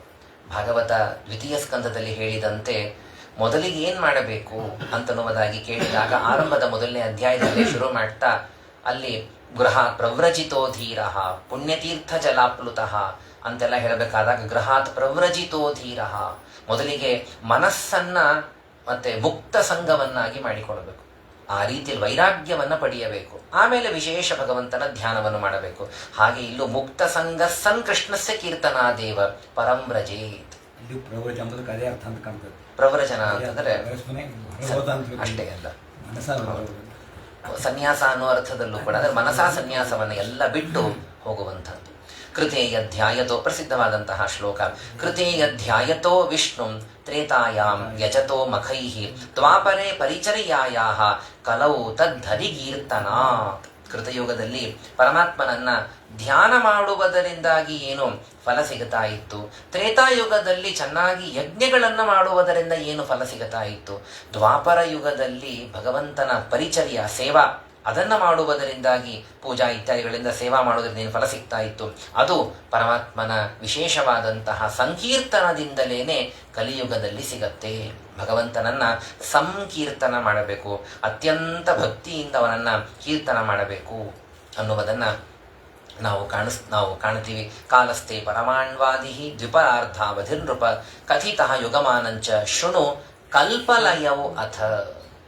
ಈಗ ಹಿಂದೆಲ್ಲ ತೃತೀಯ ಸ್ಕಂಧದಲ್ಲಿ ಕಾಲದ ಬಗ್ಗೆ ಎಲ್ಲ 12ನೇ ಅಧ್ಯಾಯದಲ್ಲಿ ಕಾಲದ ಬಗ್ಗೆ ಎಲ್ಲವನ್ನು ಹೇಳಿದ್ದಾರೆ. 3ನೇ ಸ್ಕಂಧದಲ್ಲಿ ಪರಮಾಣ್ವಾದಿ ಪರಾರ್ಧ ಪರಪರ್ಯಂತವಾಗಿ ಕಾಲದ ಹೆಚ್ಚಿನ ಅವಧಿ ಇರುವಂತಹದ್ದು. ಆಮೇಲೆ ಯುಗಮಾನವನ್ನು ಕೂಡ ಅಲ್ಲೇ 3ನೇ ಸ್ಕಂಧದಲ್ಲೇನೆ ತಿಳಿಸಿಕೊಟ್ಟಿದ್ದಾರೆ. ಈಗ ಕಲ್ಪಲಯಗಳನ್ನ ವಿಶೇಷವಾಗಿ ನಾನು ತಿಳಿಸ್ತೇನೆ. ಈಗ ಕಲ್ಪಪ್ರಳಯ ಅದನ್ನು ನಾನು ಹೇಳ್ತೀನಿ ಅಂತ ಶುಕಾಚಾರ್ಯರು ಹೇಳುವುದಕ್ಕೆ ಆರಂಭ ಮಾಡ್ತಾರೆ. ಕಲ್ಪ ಅಂತಂದ್ರೆ ಏನು? ಕಲ್ಪ ಅಂತಂದ್ರೆ ಅದರಲ್ಲಿ ಮತ್ತೆ ಚತುರ್ಯುಗ ಸಹಸ್ರಂತು ಬ್ರಹ್ಮಣೋ ದಿನ ಮುಚ್ಯತೆ ಸಕಲ್ಪೋ ಯತ್ರ ಮನವಃ ಚತುರ್ದಶ ವಿಷಾಂಪತೆ. ಇಲ್ಲಿ 4 ಮತ್ತೆ ಯುಗಗಳು, 4,000 ಯುಗಗಳು. 4,000 ಯುಗ ಅಂತಂದ್ರೆ ಅದನ್ನ ನಾವು ಕಾಣ್ತೀವಿ 4,000 ಮಹಾಯುಗಗಳು. ಇದನ್ನ ಲೆಕ್ಕ ಇದು ಭಾಗವತ ತೃತೀಯ ಸ್ಕಂದಲ್ಲೂ ಕೂಡ ಇದೇ ತರಹದ ಮಾತು ಅಲ್ಲೇ ಬಂದು ಚತುರ್ಯುಗ ಸಹಸ್ರಂತು ಬ್ರಹ್ಮಣೋ ದಿನ ಮುಚ್ಚತೆ ಅಂತನ್ನುವ ಮಾತೆ ತೃತೀಯ ಸ್ಕಂದದಲ್ಲೂ ಕೂಡ ಇದೇ ಮಾತೆ ಅಲ್ಲೂ ಬಂದದ್ದು ಇದೆ. ಅಲ್ಲಿ ಇದೇ ರೀತಿಯಾಗಿ ತಿಳಿಸಿಯೂ ಕೂಡ ಕೊಡುತ್ತಾರೆ. ಒಂದು ಬ್ರಹ್ಮದೇವರ ದಿನ ಅಂದ್ರೆ ಎಷ್ಟು? ಒಂದು ಬ್ರಹ್ಮದೇವರ ದಿನ ಅಂತಂದ್ರೆ ಒಂದು ಹಗಲು ಅಂತ ಅನ್ನೋದನ್ನ ಲೆಕ್ಕ ಹಾಕುವುದಾದರೆ 14 ಮನ್ವಂತರಗಳು ಆದರೆ ಬ್ರಹ್ಮದೇವರ ಒಂದು ಹಗಲು ಆಗತ್ತೆ. ಮತ್ತೆ 14 ಮನ್ವಂತರಗಳಾದರೆ ಬ್ರಹ್ಮದೇವರ ಒಂದು ರಾತ್ರಿ ಅಂತ ಆಗತ್ತೆ. ಒಂದು ಮನ್ವಂತರ ಅಂದ್ರೆ ಎಷ್ಟು? ಒಂದು ಮನ್ವಂತರ ಅಂತಂದ್ರೆ 71 ಮಹಾಯುಗ ಮತ್ತು 18,50,000 ವರ್ಷ. ಹೀಗೆ ಆ ರೀತಿಯಲ್ಲಿ 71 ಮಹಾಯುಗ ಮತ್ತು 18,50,000 ವರ್ಷ ಇಷ್ಟು ಸೇರಿಸಿದರೆ ಆಗ ಒಂದು ಮನ್ವಂತರ. ಈ ತರಹದ್ದು 14 ಮನ್ವಂತರಗಳಾಗಬೇಕು. ಒಂದು ಮಹಾಯುಗ ಅಂದ್ರೆ ಎಷ್ಟು? ಒಂದು ಮಹಾಯುಗ ಅಂತಂದ್ರೆ ಮನುಷ್ಯಮಾನದ ಪ್ರಕಾರ 43,20,000 ವರ್ಷ. ಇದು ಒಂದು ಮಹಾಯುಗದ ಮನುಷ್ಯಮಾನದ ಪ್ರಕಾರ ಪ್ರಮಾಣ. ಈಗ ನಾವು ಲೆಕ್ಕವನ್ನ ಮಾಡುವುದಾದರೆ ಒಂದು ಮಹಾಯುಗ ಈ ತರಹದ್ದು 71 ಆದರೆ ಒಂದು ಮನ್ವಂತರ ಅಂದ್ರೆ 71 ಇಂಟು ಯಾರಿಗಾದ್ರೂ ಮಾಡ್ಲಿಕ್ಕೆ ಸಾಧ್ಯ ಇದ್ರೆ ಶೀಘ್ರದಲ್ಲೇ ಮಾಡ್ತಿದ್ರೆ ಮಾಡಬಹುದು. 71 ಇಂಟು 14 ಅಂದ್ರೆ ಸುಮಾರು 996 ಹಿಂಗನ ಆಗತ್ತೆ. 994. 71 ಮಹಾಯುಗ ಅಂದ್ರೆ ಒಂದು ಮನ್ವಂತರ. ಆ ತರಹದ್ದು 14 ಆದರೆ ಆಗ 994 ಆಗತ್ತೆ. ಭಾಗವತ ಹೇಳ್ತಾ ಇದೆ ಚತುರ್ಯುಗ ಸಹಸ್ರಂತು. ಯುಗ ಅಂದ್ರೆ ಮಹಾಯುಗ, ಮಹಾಯುಗಗಳ 1000 ಅಂದ್ರೆ ಸರಿಯಾಗಿ ಬ್ರಹ್ಮದೇವರ ಹಗಲು ಅಂತನೋ ಕಾಲ ಬರುತ್ತದೆ. ಇಲ್ಲಿ ಮತ್ತೆ ಇನ್ನು 6 ಉಳಿತಲ ಅಂತ ಪ್ರಶ್ನೆ. 994 ಆಯ್ತು, 1000 ಆಗಿಲ್ವಲ್ಲ ಅಂತ. ಅದಕ್ಕೆ ಒಂದು ಮನ್ವಂತರ ಅಂತಂದ್ರೆ ಕೇವಲ 71 ಮಹಾಯುಗವಲ್ಲ. ತೃತೀಯ ಸ್ಕಂದದಲ್ಲಿ ತಾತ್ಪರ್ಯದಲ್ಲಿ ಹೇಳುವಂತೆ 71 ಮಹಾಯುಗ ಮೇಲೆ 18,50,000 ವರ್ಷ, ಸ್ವಲ್ಪ ಚಿಲ್ಲರೆ ಸೇರಿಸ್ಬೇಕು. ಅದನ್ನ ಸೇರಿಸಿದ್ರೆ ಅಲ್ಲಿ ಈ 6 ಅದಕ್ಕೆ ಸರಿ ಹೋಗುತ್ತೆ. ಆದ್ರಿಂದ ಸರಿಯಾಗಿ ಚತುರ್ಯುಗಗಳು ಅಂದ್ರೆ ಮಹಾಯುಗಗಳು 1000ವಾದರೆ ಬ್ರಹ್ಮದೇವರ ಒಂದು ಹಗಲು. ಮಹಾಯುಗಗಳು 1000ವಾಗಬೇಕು ಅಂತಹದ್ದು ಬ್ರಹ್ಮದೇವರ ಹಗಲು. ಇದು ಸಕಲ್ಪೋ, ಇದನ್ನೇ ಕಲ್ಪ ಅಂತ ಕರೀತಾರೆ. ಅಹಕಲ್ಪ ಅಂತನ್ನುವುದಾಗಿ ಬ್ರಹ್ಮದೇವರ ಕಲ್ಪ ಅಂತ ಕರೀತಾರೆ. 14 ಜನ ಮನುಗಳು ಕೂಡ ಅದರಲ್ಲಿ ಬರ್ತಾರೆ. ಯದಂತೆ ಪ್ರಳಯಸ್ತಾವಾನ್, ಈ 14 ಮನ್ವಂತರಾತ್ಮಕವಾದ ಒಂದು ಹಗಲು ಮುಗೀತು ಅಂದ್ರೆ ಬ್ರಹ್ಮದೇವರದು ಪ್ರಳಯ ಆರಂಭ. ಪ್ರಳಯನೂ ಕೂಡ 14 ಮನ್ವಂತರಾತ್ಮಕವಾದದ್ದು. ಹಗಲೆಲ್ಲ ಸೃಷ್ಟಿ, ರಾತ್ರಿಯೆಲ್ಲ ಪ್ರಳಯ. ಬ್ರಹ್ಮದೇವರ ಪ್ರತಿದಿನ ಇದು ನಡೆಯುತ್ತೆ. ಬ್ರಹ್ಮದೇವರ ಪ್ರತಿದಿನವೂ ಕೂಡ 14 ಮನ್ವಂತರ ಸೃಷ್ಟಿ, ಕೊನೆ ರಾತ್ರಿ 14 ಮನ್ವಂತರ ಲಯ. ಇದನ್ನ ಮತ್ತೆ ಲಯ ಅಂತನ್ನುವುದಾಗಿ ಕರೀತಾರೆ. ಬ್ರಾಹ್ಮಿ ರಾತ್ರಿ ಉದಾಹೃತ. ಇದು ಏನು ಪ್ರತಿ ಕಲ್ಪದ ಲಯವಾಗತ್ತೆ. ಈ ಕಲ್ಪದ ಲಯ ಎಲ್ಲಿಯ ತನಕ ಅಂತಂದ್ರೆ ಕೇವಲ ತ್ರಿಲೋಕಗಳಿಗೆ ಮಾತ್ರ ಈ ಒಂದು ಲಯ ಸಂಬಂಧಪಡುವಂತಹದ್ದು. ತ್ರಯೋ ಲೋಕಾಹ ಇಮೆ ಯತ್ರ ಕಲ್ಪಂತೆ ಪ್ರಳಯಾಯ ಹಿ. ಇದನ್ನ ನೈಮಿತ್ತಿಕ ಪ್ರಳಯ ಅಂತನ್ನುವುದಾಗಿ ಕರೀತಾರೆ. ನಿಮಿತ್ತ, ರಾತ್ರಿ ಬಂತ ನಿಮಿತ್ತ ಮಾಡಿಬಿಡೋದು, ಬ್ರಹ್ಮದೇವರಿಗೆ ರಾತ್ರಿ ಬಂತ ಲಯವನ್ನು ಮಾಡಿಬಿಡೋದು. ಇದನ್ನ ನೈಮಿತ್ತಿಕ ಪ್ರಳಯ. ಏಷಃ ನೈಮಿತ್ತಿಕ ಪ್ರಳಯೋ ಯತ್ರ ವಿಶ್ವಸೃಗ ಶೇತೆ ಅನಂತಾಸನಃ ವಿಶ್ವಂ ಆತ್ಮಸಾತ್ ಕೃತ್ಯ ಆತ್ಮಭೂ. ಅನಂತಾಸನ, ಆ ಅನಂತಾಸನದಲ್ಲಿ ಪರಮಾತ್ಮ ತಾನು ವಿಶೇಷವಾಗಿ ಅಲ್ಲಿ ಇರ್ತಾನೆ. ಹೀಗೆ ಆ ರೀತಿಯಲ್ಲಿ ಪ್ರತಿ ನಿತ್ಯವೂ ಕೂಡ ಇದಕ್ಕೆ ನೈಮಿತ್ತಿಕ ಪ್ರಳಯ ಅಂತನ್ನುವುದಾಗೂ ಕರೀತಾರೆ, ಕಲ್ಪದ ಪ್ರಳಯ ಅಂತನ್ನುವುದಾಗೂ ಕೂಡ ಇದನ್ನು ಕರೀತಾರೆ. ಇನ್ನು ದ್ವಿಪರಾರ್ಧೇತು ಅತಿಕ್ರಾಂತೆ ಬ್ರಹ್ಮಣಃ ಪರಮೇಷ್ಠಿನಃ ತದಾ ಪ್ರಕೃತಯ ಸಪ್ತ ಕಲ್ಪಂತೆ ಪ್ರಳಯಾಯವೈ. ಹೀಗೆ ಇದಾದ ನಂತರದಲ್ಲಿ ಇನ್ನ ದ್ವಿಪರಾರ್ಧ, 2 ಪರಾರ್ಧಗಳು ಮುಗಿದ ಮೇಲೆ ಆಗ ಮಹಾಪ್ರಳಯವಾಗತ್ತೆ. ಅಂದ್ರೆ ಪರ ಆಯುಷ್ಯ 2 ಪರಾರ್ಧಗಳು 50-100 ವರ್ಷ ಮುಗಿಯಬೇಕು ಬ್ರಹ್ಮದೇವರದ್ದು. ಅದು ಮುಗೀತು ಅಂತಂದ್ರೆ ಆಗ ಎಲ್ಲ ಮತ್ತೆ ಪ್ರಕೃತಿಗಳೆಲ್ಲವೂ ಕೂಡ ಪ್ರಳಯಕ್ಕಾಗಿ ಸಿದ್ಧವಾಗತ್ತೆ. ಸಪ್ತ ಪ್ರಕೃತಿಗಳು ಅಂದ್ರೆ ಯಾವುದು? ಸಪ್ತ ಪ್ರಕೃತಿಗಳು ಅಂತಂದ್ರೆ ಮಹತ್ತತ್ವ, ಅಹಂಕಾರ ತತ್ವ ಹಾಗೂ ಪಂಚಭೂತಗಳು. ಇದು ಸಪ್ತ ಪ್ರಕೃತಿ ಅಂತನ್ನುವುದಾಗಿ ಪ್ರಸಿದ್ಧ. ಬಹಳ ಕಡೆಗೂ ಈ ರೀತಿ ವ್ಯವಹಾರವನ್ನು ಮಾಡ್ತಿರ್ತಾರ. ಎಲ್ಲ 24 ತತ್ವಗಳನ್ನ ಹೇಳೋದಿಲ್ಲ, ಸಪ್ತ ಪ್ರಕೃತಿ ಅಂತನ್ನುವುದಾಗಿ ಅದನ್ನು ಹೇಳ್ತಾರೆ. ಅಲ್ಲಿ ಅಂತರ್ಭಾವವನ್ನು ಅಲ್ಲಿ ಮಾಡಬೇಕು. ಹಾಗೆ ಸಪ್ತ ಪ್ರಕೃತಿಗಳು ಯಾವಾಗ 100 ವರ್ಷ ಮುಗಿಯತ್ತೆ ಬ್ರಹ್ಮದೇವರದು, ಆಗ ಮಹಾಪ್ರಳಯ ಆರಂಭವಾಗತ್ತೆ. ಏಷ ಪ್ರಾಕೃತಿಕೋ ರಾಜನ್. ಹೀಗಾಗಿ ಒಂದು ನೈಮಿತ್ತಿಕ ಲಯ, ಇನ್ನು ಒಂದು ಪ್ರಾಕೃತಿಕ ಲಯ. ನೈಮಿತ್ತಿಕ ಲಯ ಅಂದ್ರೆ ಬ್ರಹ್ಮದೇವರ ಪ್ರತಿ ದಿನದಲ್ಲಿ ರಾತ್ರಿಯ ಹೊತ್ತಿನಲ್ಲಿ ಆಗುವಂತಹದ್ದು. ಆಯುಷ್ಯ ಪೂರ್ಣ ಬ್ರಹ್ಮದೇವರದು ಮುಗಿದ ಮೇಲೆ ಆಗುವಂತಹ ಲಯಕ್ಕೆ ಪ್ರಾಕೃತಿಕ ಲಯ ಅಂತನ್ನುವುದಾಗಿ ಅದಕ್ಕೆ ಹೆಸರು. ಇಲ್ಲಿ ಸಮಗ್ರವಾದಂತಹ ಅಂಡಕೋಶಸ್ತು ಸಂಘಾತಃ ವಿಘಾತ ಉಪಸಾದಿತೆ. ಆ ಸಂದರ್ಭದಲ್ಲಿ ಆ ಇಡೀ ಏನೊಂದು ಬ್ರಹ್ಮಾಂಡವಿದೆ ಅದೆಲ್ಲವೂ ಕೂಡ ಪ್ರಳಯವಾದಂತಹ ಸಂದರ್ಭದಲ್ಲಿ ಎಲ್ಲವೂ ಅಲ್ಲಿ ಲಯಕ್ಕೆ ಒಳಗಾಗತ್ತೆ. ಆಗುವ ಕ್ರಮವನ್ನು ವಿಶೇಷವಾಗಿ ತಿಳಿಸ್ತಾರೆ. ಮಹಾಪ್ರಳಯ ಹೇಗಾಗತ್ತೆ ಅಂತ. ಆಗ ಪರ್ಜನ್ಯ ಶತವರ್ಷಾಣಿ ಭೂಮೌ ರಾಜನ್ ನವರ್ಷತಿ. ಮೊದಲಿಗೆ 100 ವರ್ಷಗಳವರೆಗೆ ಭೂಮಿಯಲ್ಲಿ ಮಳೆನೇ ಸುರಿಯೋದಿಲ್ಲವಂತೆ. 100 ವರ್ಷ. ಏನೋ 1-2 ವರ್ಷ ಮಳೆ ಬರಲಿಲ್ಲ ಅಂತಂದ್ರೇನೆ KRS ಕಮ್ಮಿ ಆಯಿತು, ನೀರು ಕಮ್ಮಿ ಆಯಿತು ಅಂತೆಲ್ಲ ಆಲೋಚನೆಯನ್ನು ಮಾಡುವಂಥವರು. ಅವತ್ತು 100 ವರ್ಷಗಳವರೆಗೆ ಇಡೀ ಭೂಮಿಯಲ್ಲೇ ಮಳೆ ಇಲ್ಲ. ತದಾ ನಿರನ್ನೇಹ್ಯನ್ಯೋನ್ಯಂ. ಆಗ ಅನ್ನವೇ ಇರೋದಿಲ್ಲ. ಸಹಜ 100 ವರ್ಷ ಮಳೆನೇ ಇಲ್ಲ ಅಂತಂದ್ರೆ ನದಿಗಳೆಲ್ಲ ಒಣಗಿ ಹೋಗತ್ತೆ, ಗಿಡ ಏನೂ ಇರೋದಿಲ್ಲ, ಅನ್ನವೇ ಇರೋದಿಲ್ಲ. ಆಗ ಅನ್ಯೋನ್ಯಂ ಭಕ್ಷ್ಯಮಾಣ ಕ್ಷುಧಾರ್ಧಿತ. ಪರಸ್ಪರ ಒಬ್ಬರನ್ನೊಬ್ಬರು ತಿನ್ನುವುದಕ್ಕೆ ಆರಂಭ ಮಾಡ್ತಾರೆ. ಪ್ರಾಣಿಗಳನ್ನು ತಿನ್ನೋದು, ಮನುಷ್ಯರನ್ನೇ ತಿನ್ನೋದು, ಇದೆಲ್ಲ ಆರಂಭವಾಗತ್ತೆ. ಹಸಿವು ಏನೂ ಇಲ್ಲವೇ ಇಲ್ಲ ತಿನ್ನುವುದಕ್ಕೆ. ಕ್ಷಯಂ ಯಾಸ್ಯಂತಿ ಶನಕೈಹಿ ಕಾಲೇ ಕಾಲೇನ ಉಪದ್ರತಾಹ ಪ್ರಜಾಹ. ಎಲ್ಲ ಕ್ರಮೇಣ ಮನುಷ್ಯರು ಕಮ್ಮಿ ಆಗ್ತಾ ಹೋಗ್ತಾರೆ, ಸಾಯ್ತಾ ಹೋಗ್ತಾರೆ. ಹೀಗೆ ಹಿಂಸೆ ಮಾಡಿ ಮಾಡಿ ಮಾಡಿ ಪರಸ್ಪರ. ಆ ನಂತರದಲ್ಲಿ ಸಾಮುದ್ರಿಕಂ ದೈಹಿಕಂ ಭೌಮಂ ರಸಂ ಸಾಮರ್ಥಿಕೋ ರವಿ ರಶ್ಮಿಭಿ ಪಿಬತೆ ಘೋರೈ ಸರ್ವಂ ನೈವ ವಿಮುಂಚತಿ. ಆಮೇಲೆ ಆ ಸಮುದ್ರದಲ್ಲಿಯ ಏನೊಂದು ಜಲ ಇದೆ, ಆ ರವಿ ಇವತ್ತು ಅದು ಆ ಪ್ರಕ್ರಿಯೆ ನಡೀತಾ ಇದೆ. ಸೂರ್ಯ ಜಲವನ್ನು ಸ್ವೀಕಾರ ಮಾಡ್ತಾನೆ. ಮಾಡಿ ಏನ್ ಮಾಡ್ತಾನೆ ಅಂದ್ರೆ ಸುದೈವದಿಂದ ದೇವರ ಒಂದು ಆದೇಶದಿಂದ ಸುರಿಸ್ತಾನೆ. ಆಗ ಒನ್ವೇ ಅಷ್ಟೇ, ಬರೀ ತಗೋತಾನೆ ನೀರನ್ನ, ತಗೊಂಡು ಒಂದು ನೀರೇ ಸುರಿಸೋದಿಲ್ಲ. ಹಾಗಾಗಿ ಅಂಥ ಸಂದರ್ಭದಲ್ಲಿ ಆ ರವಿ ಎಲ್ಲವನ್ನು ರಶ್ಮಿಭಿಹಿ ಪಿಬತೆ ಘೋರೈಹಿ ಸರ್ವಂ ನೈವ ವಿಮುಂಚತಿ ತದಾ ಸಾಮರ್ಥಕೋ ವನ್ಹಿ. ಆ ಸಂದರ್ಭದಲ್ಲೇನೆ ಅಗ್ನಿ ವಿಶೇಷವಾಗಿ ಸಾಮರ್ಥಕ ಅಂತನ್ನುವುದಾಗಿ. ಸಾಮರ್ಥಕ ಅಂತಂದ್ರೆ ಈ ಹೊತ್ತಿನಲ್ಲಿ ಎಲ್ಲರೂ ಸಾಮರ್ಥಕರೇ. ರವಿನೂ ಸಾಮರ್ಥಕ ಅಂತ ಕರೀತಾರೆ. ಸೂರ್ಯ ಪ್ರಳಯ ಕಾಲದಲ್ಲಿ ಹೇಗಾಗ್ತಾನೆ ಅಂದ್ರೆ ನೀರನ್ನೇ ಕೊಡೋದಿಲ್ಲ, ಮೇಘಗಳನ್ನೇ ನಿರ್ಮಾಣ ಮಾಡೋದಿಲ್ಲ ಸೂರ್ಯ ಆ ಪ್ರಳಯ ಕಾಲದಲ್ಲಿ. ಹಾಗೆ ಅಗ್ನಿಯು ಕೂಡ ಪ್ರಳಯ ಕಾಲದಲ್ಲಿ ಸಂಕರ್ಷಣನ ಆ ಮುಖದಿಂದ ಪಾತಾಳ ಲೋಕದಿಂದ ಸುಡುತ್ತಾ ಸುಡುತ್ತಾ ಎಲ್ಲ ಕೆಳಗಿನ ಲೋಕವನ್ನೆಲ್ಲ ಸುಡುತ್ತಾ ಸುಡುತ್ತಾ ಭೂಮಿ ತನಕ ಹಾಗೆ ಊರ್ಧ್ವ ಎಲ್ಲ ಲೋಕಗಳನ್ನು ಸುಡುತ್ತಾ ಹೋಗ್ತಾನೆ. ಸಂವರ್ತ ಅಂತಂದ್ರೆ ಪ್ರಳಯ, ಸಂವರ್ತ ಸಾಂವರ್ತಿಕ, ಸಂವರ್ತ ಅಂತ ಅನ್ನೋ ಶಬ್ದಕ್ಕೆ ರೂಢ ಅಥವಾ ವರ್ತಯತಿ ಮತ್ತೆ ಹೊಸದಾಗಿ ಮಾಡಿಸ್ತದೆ ಅಂತ ಅನ್ನೋದಕ್ಕಾಗಿ ಲಯಕ್ಕೆ ಸಂವರ್ತ ಅಂತ. ಸಂವರ್ತಯತಿ ಮೇಘ ಅಂತ ಪ್ರಳಯಕಾಲೀನ ಅಂತ ಅರ್ಥ. ಸಂವರ್ತೋ ನಾಮ ಪ್ರಳಯ.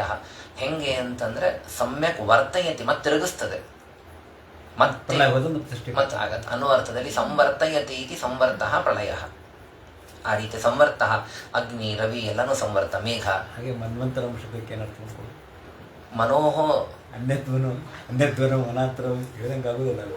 ಅದೇ 14 ಮನುಗಳಿದ್ದಾರೆ. ಒಂದೊಂದಕ್ಕೂ ಮನ್ವಂತರ ಅಂತ ಕರೀತೀವಿ. ಒಂದೊಂದಕ್ಕೂ ಬೇರೆ ಬೇರೆ ಮನು ಇದ್ದಾನೆ. ಒಂದೊಂದಕ್ಕೂ ಮನ್ವಂತರ ಅಂತ ಕರಿತೇವೆ. ಅದೇ ಅಂತರ ಶಬ್ದ ಕುಡಿಸ್ಕೊಳ್ಳೋದು ಹೆಂಗ ಭಿನ್ನ ಭಿನ್ನವಾದಂತಹ ಮನುಗಳಿಂದ ಮುಂದುವರಿತದೆ ನಮ್ಮ ಅರ್ಥ. ಇದು ಮನ್ವಂತರ.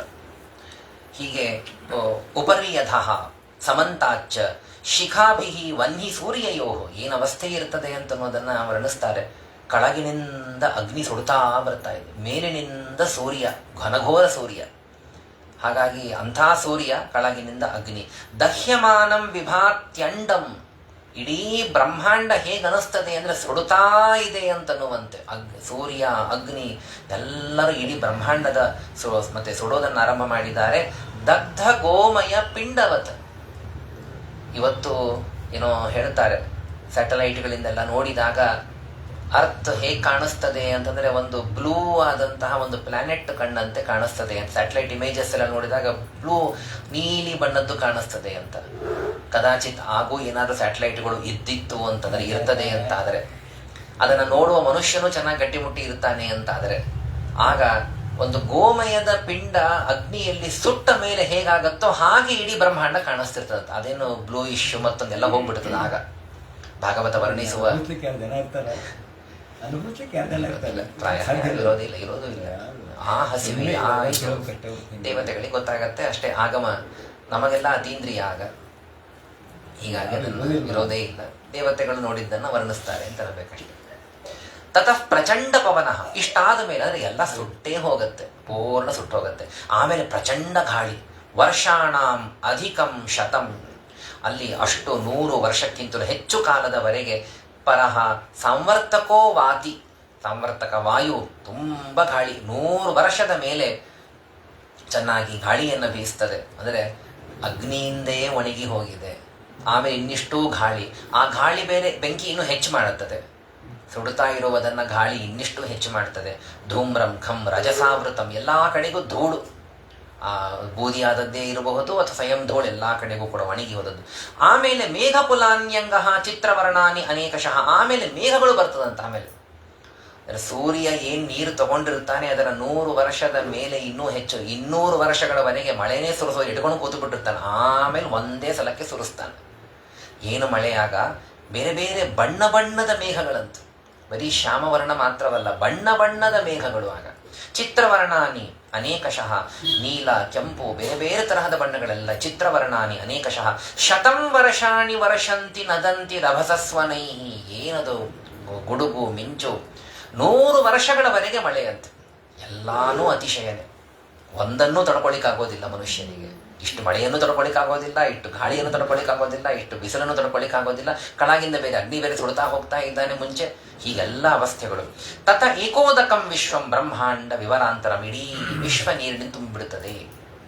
ಇಡೀ ವಿಶ್ವ ನೀರಿನಿಂದ ತುಂಬಿಬಿಡುತ್ತದೆ. ತತಃ ಭೂಮೇಹೆ ಗಂಧಗುಣಂ ಗ್ರಸಂತಿ ಆಪಹ ಉಪಪ್ಲವೆ. ಆ ರೀತಿಯಲ್ಲಿ ಬ್ರಹ್ಮಾಂಡದ ಲಯವಾಗತ್ತೆ. ಇಲ್ಲಿರೋ ಜೀವರಾಶಿಗಳೆಲ್ಲರೂ ಕೂಡ ತಾವು ದೇಹತ್ಯಾಗ ಮಾಡಿರ್ತಾರೆ. ಬ್ರಹ್ಮಾಂಡದ ಒಳಗಿರುವಂತಹ ದೇವತೆಗಳನ್ನು ಕೂಡ ಪರಮಾತ್ಮ ಸಂಹಾರ ಮಾಡಿರ್ತಾನೆ. ಪದ್ಮಪುರಾಣದಲ್ಲಿ ಹೇಳುವಂತೆ, ಭಾಗವತ ದ್ವಿತೀಯ ಸ್ಕಂದದಲ್ಲಿ ಯಾದವಾರಿಯರು ಉಲ್ಲೇಖ ಮಾಡುವಂತೆ ದ್ವಿತೀಯ ಸ್ಕಂದದಲ್ಲಿ ಅಲ್ಲಿ ಬ್ರಹ್ಮಚರ್ಮ ಶಿರಃಪಟ್ಟಿ ದಿಕ್ಪಾಲ ಊರ್ಧ್ವಾಂಗ ಭೂಷಣ ಅಂತೆಲ್ಲ ಹೇಳಿದಂತೆ ನರಸಿಂಹದೇವರು ಬ್ರಹ್ಮದೇವರನ್ನೇ ಸಂಹಾರ ಮಾಡ್ತಾರೆ. ಚರ್ಮ ಸೀಳಿ ಆ ಚರ್ಮವನ್ನ ಮತ್ತೆ ತಮ್ಮ ತಲೆಗೆ ಕಟ್ಕೊಳ್ತಾರೆ ಬ್ರಹ್ಮದೇವರು. ಪರಮಾತ್ಮ ನರಸಿಂಹ ಬ್ರಹ್ಮದೇವರ ಚರ್ಮವನ್ನ ತಲೆಗೆ ಕಟ್ಕೊಳ್ತಾನೆ, ದಿಕ್ಪಾಲಕರ ರುಂಡವನ್ನ ಕತ್ತರಿಸ್ತಾನೆ, ಮಾಲೆ ಹಾಕ್ಕೊಳ್ತಾನೆ. ಹೀಗೆಲ್ಲ ದ್ವಾದಶ ಆದಿತ್ಯ ನೂಪುರಃ ಗೆಜ್ಜೆ ಮಾಡ್ಕೊಳ್ತಾನಂತೆ 12 ಜನ ಆದಿತ್ಯರನ್ನ, ಅವರೆಲ್ಲ ಶಿರಸ್ಸನ್ನ ರುಂಡವನ್ನ ಕತ್ತರಿಸಿ. ಹೀಗೆ ಪರಮಾತ್ಮನದು ವಿಪರೀತವಾದ ಅದ್ಭುತವಾದಂತಹ ಘೋರವಾದಂತಹ ನರಸಿಂಹನ ರೂಪ. ಸಮಸ್ತ ದೇವತೆಗಳನ್ನು ಬ್ರಹ್ಮಾಂಡದಲ್ಲಿರುವಂತಹ ಏನೇನು ದೇವತಾ ರೂಪಗಳಿದೆ ಎಲ್ಲವನ್ನೂ ಪರಮಾತ್ಮ ಸಂಹಾರ ಮಾಡ್ತಾನೆ. ಮನುಷ್ಯರಂತೂ ಅವರು ಇಷ್ಟೆಲ್ಲ ಇದ್ದಾಗ ಉಳಿಲಿಕ್ಕೂ ಸಾಧ್ಯ ಇಲ್ಲ, ಮನುಷ್ಯರು ಯಾರು ಇರೋದೇ ಇಲ್ಲ. ಆ ಬ್ರಹ್ಮಾಂಡದ ಲಯವಾಯಿತು. ಬ್ರಹ್ಮಾಂಡದ ಲಯವಾದಾಗ ಆ ನಂತರ ಬ್ರಹ್ಮಾಂಡ ಅದು ಭೂಮಿಯಲ್ಲಿ ಸೇರಿಕೊಳ್ಳುತ್ತೆ. ಆ ಭೂಮಿ ಮುಂದೆ ಗಂಧ ತತ್ವದಲ್ಲಿ ತನ್ಮಾತ್ರದಲ್ಲಿ, ಪೃಥಿವಿ ಗಂಧ ತನ್ಮಾತ್ರದಲ್ಲಿ, ಗಂಧ ತನ್ಮಾತ್ರ ಆಮೇಲೆ ಜಲದಲ್ಲಿ, ಜಲ ಅದು ರಸ ತನ್ಮಾತ್ರದಲ್ಲಿ, ರಸ ತನ್ಮಾತ್ರ ಅಗ್ನಿಯಲ್ಲಿ, ಅಗ್ನಿಯು ರೂಪ ತನ್ಮಾತ್ರದಲ್ಲಿ, ರೂಪ ತನ್ಮಾತ್ರ ವಾಯುವಿನಲ್ಲಿ, ವಾಯು ಸ್ಪರ್ಶ ತನ್ಮಾತ್ರದಲ್ಲಿ, ಸ್ಪರ್ಶ ತನ್ಮಾತ್ರ ಆಕಾಶದಲ್ಲಿ, ಆಕಾಶ ಇದು ಶಬ್ದ ತನ್ಮಾತ್ರದಲ್ಲಿ. ಹೀಗೆ ಲಯವಾಗ್ತಾ ಹೋಗತ್ತೆ. ತತ್ವಗಳ ಲಯ ಕ್ರಮವಾಗಿ ಆರಂಭವಾಗತ್ತೆ. ಅಪಾಂ ರಸಮಥೋ ತೇಜಸ್ತಾಲೀಯಂತೆ ನೀರಸಾಹ. ಹೀಗೆ ಇನ್ನು ಕ್ರಮವಾಗಿ ಆ ಎಲ್ಲ ಆಕಾಶ ತತ್ವ ಇದೆಲ್ಲವೂ ಕೂಡ ತಾಮಸ ಅಹಂಕಾರ ತತ್ವದಲ್ಲಿ ಲಯವನ್ನು ಹೊಂದತ್ತೆ. ಯಾಕಂದ್ರೆ ಯಾವುದರಿಂದ ಹುಟ್ಟಿದೆ ಅದರಲ್ಲೇ ಲಯವನ್ನು ಹೊಂದಬೇಕು. ತಾಮಸ ಅಹಂಕಾರ ತತ್ವದಿಂದಲೇನೆ ಹುಟ್ಟಿರುವಂತಹದ್ದು ಪಂಚಭೂತಗಳು ಹಾಗೂ ಪಂಚ ತನ್ಮಾತ್ರಗಳು. ಆದ್ರಿಂದಾಗಿ ಅಲ್ಲಿ ಲಯವನ್ನು ಹೊಂದತ್ತೆ. ದಶ ಇಂದ್ರಿಯಗಳೆಲ್ಲವೂ ಕೂಡ ತೈಜಸ ಅಹಂಕಾರ ತತ್ವದಿಂದ ಹುಟ್ಟಿದೆ. ಆದ್ರಿಂದಾಗಿ ಅವೆಲ್ಲವೂ ಕೂಡ ದಶ ಇಂದ್ರಿಯಗಳು ತೈಜಸ ಅಹಂಕಾರ ತತ್ವದಲ್ಲಿ ಲಯವನ್ನು ಹೊಂದತ್ತೆ. ಆಮೇಲೆ ಮನಸ್ಸು ಇದು ವೈಕಾರಿಕ ಅಹಂಕಾರ ತತ್ವದಲ್ಲಿ ಲಯವನ್ನು ಹೊಂದತ್ತೆ. ಆ ಅಹಂಕಾರ ತತ್ವ ಇದೆಲ್ಲವೂ ಕೂಡ ಬುದ್ಧಿ ಮನಸ್ಸು ಎಲ್ಲವೂ ಕೂಡ ವೈಕಾರಿಕ ಅಹಂಕಾರ ತತ್ವದಲ್ಲಿ. ಇನ್ನು ಆ ಅಹಂಕಾರ ತತ್ವ ಮಹತ್ತತ್ವದಲ್ಲಿ, ಆ ಮಹತ್ತತ್ವ ಕೊನೆಗೆ ಅದು ಮತ್ತೆ ತ್ರಿಗುಣಾತ್ಮಕವಾದಂತಹ ಪ್ರಕೃತಿಯಲ್ಲಿ ಲಯವನ್ನು ಹೊಂದತ್ತೆ. ಅದರಲ್ಲೂ ವಿಶೇಷವಾಗಿ ರಜೋಗುಣ ತಮೋಗುಣಗಳಲ್ಲಿ ಲಯವನ್ನು ಹೊಂದತ್ತೆ. ಅದರಿಂದಲೇ ಹುಟ್ಟಿರೋದ್ರಿಂದ ಸತ್ವಗುಣದಿಂದ ಹುಟ್ಟಿಲ್ಲ ಮಹತ್ತತ್ವ, ಕೇವಲ ರಜೋಗುಣ ತಮೋಗುಣಗಳಿಂದಲೇನೆ 3 ಭಾಗ ರಜಸ್ಸು 1 ಭಾಗ ತಮಸ್ಸು ಅದರಿಂದಾಗಿ ಹುಟ್ಟಿರೋದು. ಅದರಿಂದ ಅಲ್ಲೇ ಲಯವನ್ನು ಹೊಂದುತ್ತದೆ. ಹೀಗೆ ಇಡೀ ಮೂಲ ಪ್ರಕೃತಿಯಾಗಿ ಕೊನೆಗೆ ಉಳಿದು ಬಿಡುತ್ತದೆ. ಇಷ್ಟು ಪ್ರಳಯದ ಬಗ್ಗೆ ನಾವು ಕಾಣ್ತೀವಿ. ವಿಸ್ತಾರವಾದಂತಹ ಪ್ರಳಯದ ವಿಚಾರವನ್ನ. ನಯತ್ರ ವಾಚೋ ನ ಮನೋ ನ ಸತ್ವಂ ತಮೋರಜೋವಾ ಮಹದಾದಯೋಮಿ ನ ಪ್ರಾಣ ಬುದ್ಧೀಂದ್ರಿಯ ದೇವತಾವಾ ನ ಸನ್ನಿವೇಶ ಖಲು ಲೋಕಕಲ್ಪಃ. ಹೀಗೆ ಆ ಪರಮಾತ್ಮನ ಸ್ವರೂಪದ ಬಗ್ಗೆ ತಿಳಿಸ್ತಾ ಅಂಥ ಪ್ರಳಯ ಕಾಲದಲ್ಲಿ ಯಾವ ವಾಗೀಂದ್ರಿಯಗಳು ಇಲ್ಲ, ಮನಸ್ಸು ಇಲ್ಲ, ಸತ್ವ ರಜಸ್ ತಮೋ ಗುಣಗಳು ಇಲ್ಲ, ಏನೂ ಇಲ್ಲ. ಕೇವಲ ಪರಮಾತ್ಮ ಒಬ್ಬನು ತಾನು ಅಲ್ಲಿ ಇರ್ತಾನೆ. ನ ಸ್ವಪ್ನ ಜಾಗ್ರನ್ನ ಚ ತತ್ ಸುಷುಪ್ತಂ ನಖಂ ಜಲಂ ಭೂಹು ಅನಿಲಃ ಅಗ್ನಿ ಅರ್ಕಃ ಸುಷುಪ್ತವತ್ ಶೂನ್ಯವದ್ ಅಪ್ರತರ್ಕ್ಯಂ ತನ್ಮೂಲಭೂತಂ ಪದಮಾಮನಂತಿ. ಆ ಪರಮಾತ್ಮ ಮೂಲಭೂತ, ಅಲ್ಲಿ ಯಾವ ತತ್ವಗಳೂ ಇರುವುದಿಲ್ಲ. ಎಲ್ಲವನ್ನೂ ಕೂಡ ಪರಮಾತ್ಮ ತನ್ನ ಒಳಗೆ ತಾನು ಮತ್ತೆ ಮಲಗಿಸಿಕೊಂಡು ಆ ಪರಮಾತ್ಮ ಸುಖವಾಗಿ, ಆ ಪರಮಾತ್ಮ ಅತ್ಯಂತ ಸುಖರೂಪನ ಸುಷುಪ್ತವತ್ ಅತ್ಯಂತ ಸುಖರೂಪನಾಗಿ ಪರಮಾತ್ಮ ಎಲ್ಲದಕ್ಕೂ ಪ್ರಧಾನ ಕಾರಣನಾಗಿ ಭಗವಂತ ಅಲ್ಲಿ ತಾನು ಲಕ್ಷ್ಮೀದೇವಿಯ ತ್ರಿರೂಪಗಳು ಇರುವಾಗ, ನೀರು ಎಲೆ ಹಾಗೂ ಕತ್ತಲು ಆ ತ್ರಿರೂಪಗಳು ಇರಬೇಕಾದಾಗ ಪರಮಾತ್ಮ ಅಲ್ಲಿ ತಾನು ಮಲಗಿಕೊಂಡು ಇರುತ್ತಾನೆ. ಇದು ಮತ್ತೆ ಲಯ ಪ್ರಾಕೃತಿಕೋ ಹೇಷಃ. ಇದು ಪ್ರಾಕೃತಿಕವಾದಂತಹ ಒಂದು ಲಯ. ಎಲ್ಲ ಶಕ್ತಿಗಳೆಲ್ಲವೂ ಕೂಡ ಆ ಪರಮಾತ್ಮನ ಶಕ್ತಿ ಅಂತನ್ನುವಂತೆ ಶಕ್ಯತ್ವಾತ್ ಶಕ್ತಿನಾಮಾನಃ ಅಂತೆಲ್ಲ ಹೇಳಿದಂತೆ ಆ ರೀತಿಯಲ್ಲಿ ಪರಮಾತ್ಮನ ಶಕ್ತಿ ಅಂತೂ ಇರುವಂತಹ ಎಲ್ಲ ತತ್ವಗಳು ಪೃಥ್ವಿಯಾದಿಗಳೆಲ್ಲವೂ ಕೂಡ ಲೀನವಾಗಿ ಹೋಗುತ್ತೆ. ಹೀಗೆ ಇರುವಂತಹದ್ದು ಇದು ಮತ್ತೆ ಪ್ರಕೃತಿಯ ಒಂದು ವಿಚಾರ. ಇದರ ಮುಂದೆ ಪ್ರಕೃತಿಯ ಬಗ್ಗೆ ಮತ್ತೆ ಪುನಃ ಪರಮಾತ್ಮ ಸೃಷ್ಟಿ ಮಾಡುವಂತಹ ವಿಚಾರಗಳು, ಆಮೇಲೆ ಮುಂದೆ ಭಗವಂತನ ತತ್ವ ಸ್ವರೂಪದ ಬಗ್ಗೆ ತಿಳಿಸ್ತಾ ಸಂಸಾರದ ಬಗ್ಗೆಯೂ ಕೂಡ ಮತ್ತೆ ಪರಮಾತ್ಮನ ಬಗ್ಗೆ ತಿಳಿಸ್ತಾರೆ. ಜನ್ಮಗಳು ಹೇಗಾಗತ್ತೆ, ಪ್ರತಿ ದಿನವೂ ಕೂಡ ಬ್ರಹ್ಮದೇವರ ದಿನಗಳಲ್ಲಿ ಜನ್ಮ ಸೃಷ್ಟಿ ಹೇಗಾಗತ್ತೆ ಅದೆಲ್ಲ ಅನೇಕ ಮಾತುಗಳು ಇದೆ. ಅದನ್ನ ನಾಳೆಯ ದಿನ ಇಲ್ಲಿ ತಿಳಿಯೋಣ ಅಂತ ಹೇಳ್ತಾ ಶ್ರೀಕೃಷ್ಣ ಅರ್ಪಣಮಸ್ತು. ನಾಹಂ ಕರ್ತ ತತ್ಪೂಜಾ ಕರ್ಮ ಚಾಖಿಲಂ ತಥಾಪಿ ಮತ್ಕೃತಾ ಪೂಜಾ ತತ್ಪ್ರಸಾದೇನ ನಾನ್ಯಥ ತದ್ಭಕ್ತಿಸ್ತತ್ಫಲಂ ಮಹ್ಯಂ ತತ್ಪ್ರಸಾದಃ ಪುನಃ ಪುನಃ ಕರ್ಮನ್ಯಾಸೋ ಹರಾವೇವಂ ವಿಷ್ಣೋಸ್ತೃಪ್ತಿಕರಃ ಸದಾ ಅನೇನ ಭಾವಿಯತ್ ಪುಣ್ಯಂ ತದಾಪ್ನೋತು ಗುರುರ್ಮಮ ಶ್ರೀಕೃಷ್ಣಾರ್ಪಣಮಸ್ತು. ರಾಮ ರಾಮ ರಾಮ ರಾಮ ರಾಮ ರಾಮ ರಾಮ ರಾಮ ರಾಮ ರಾಮ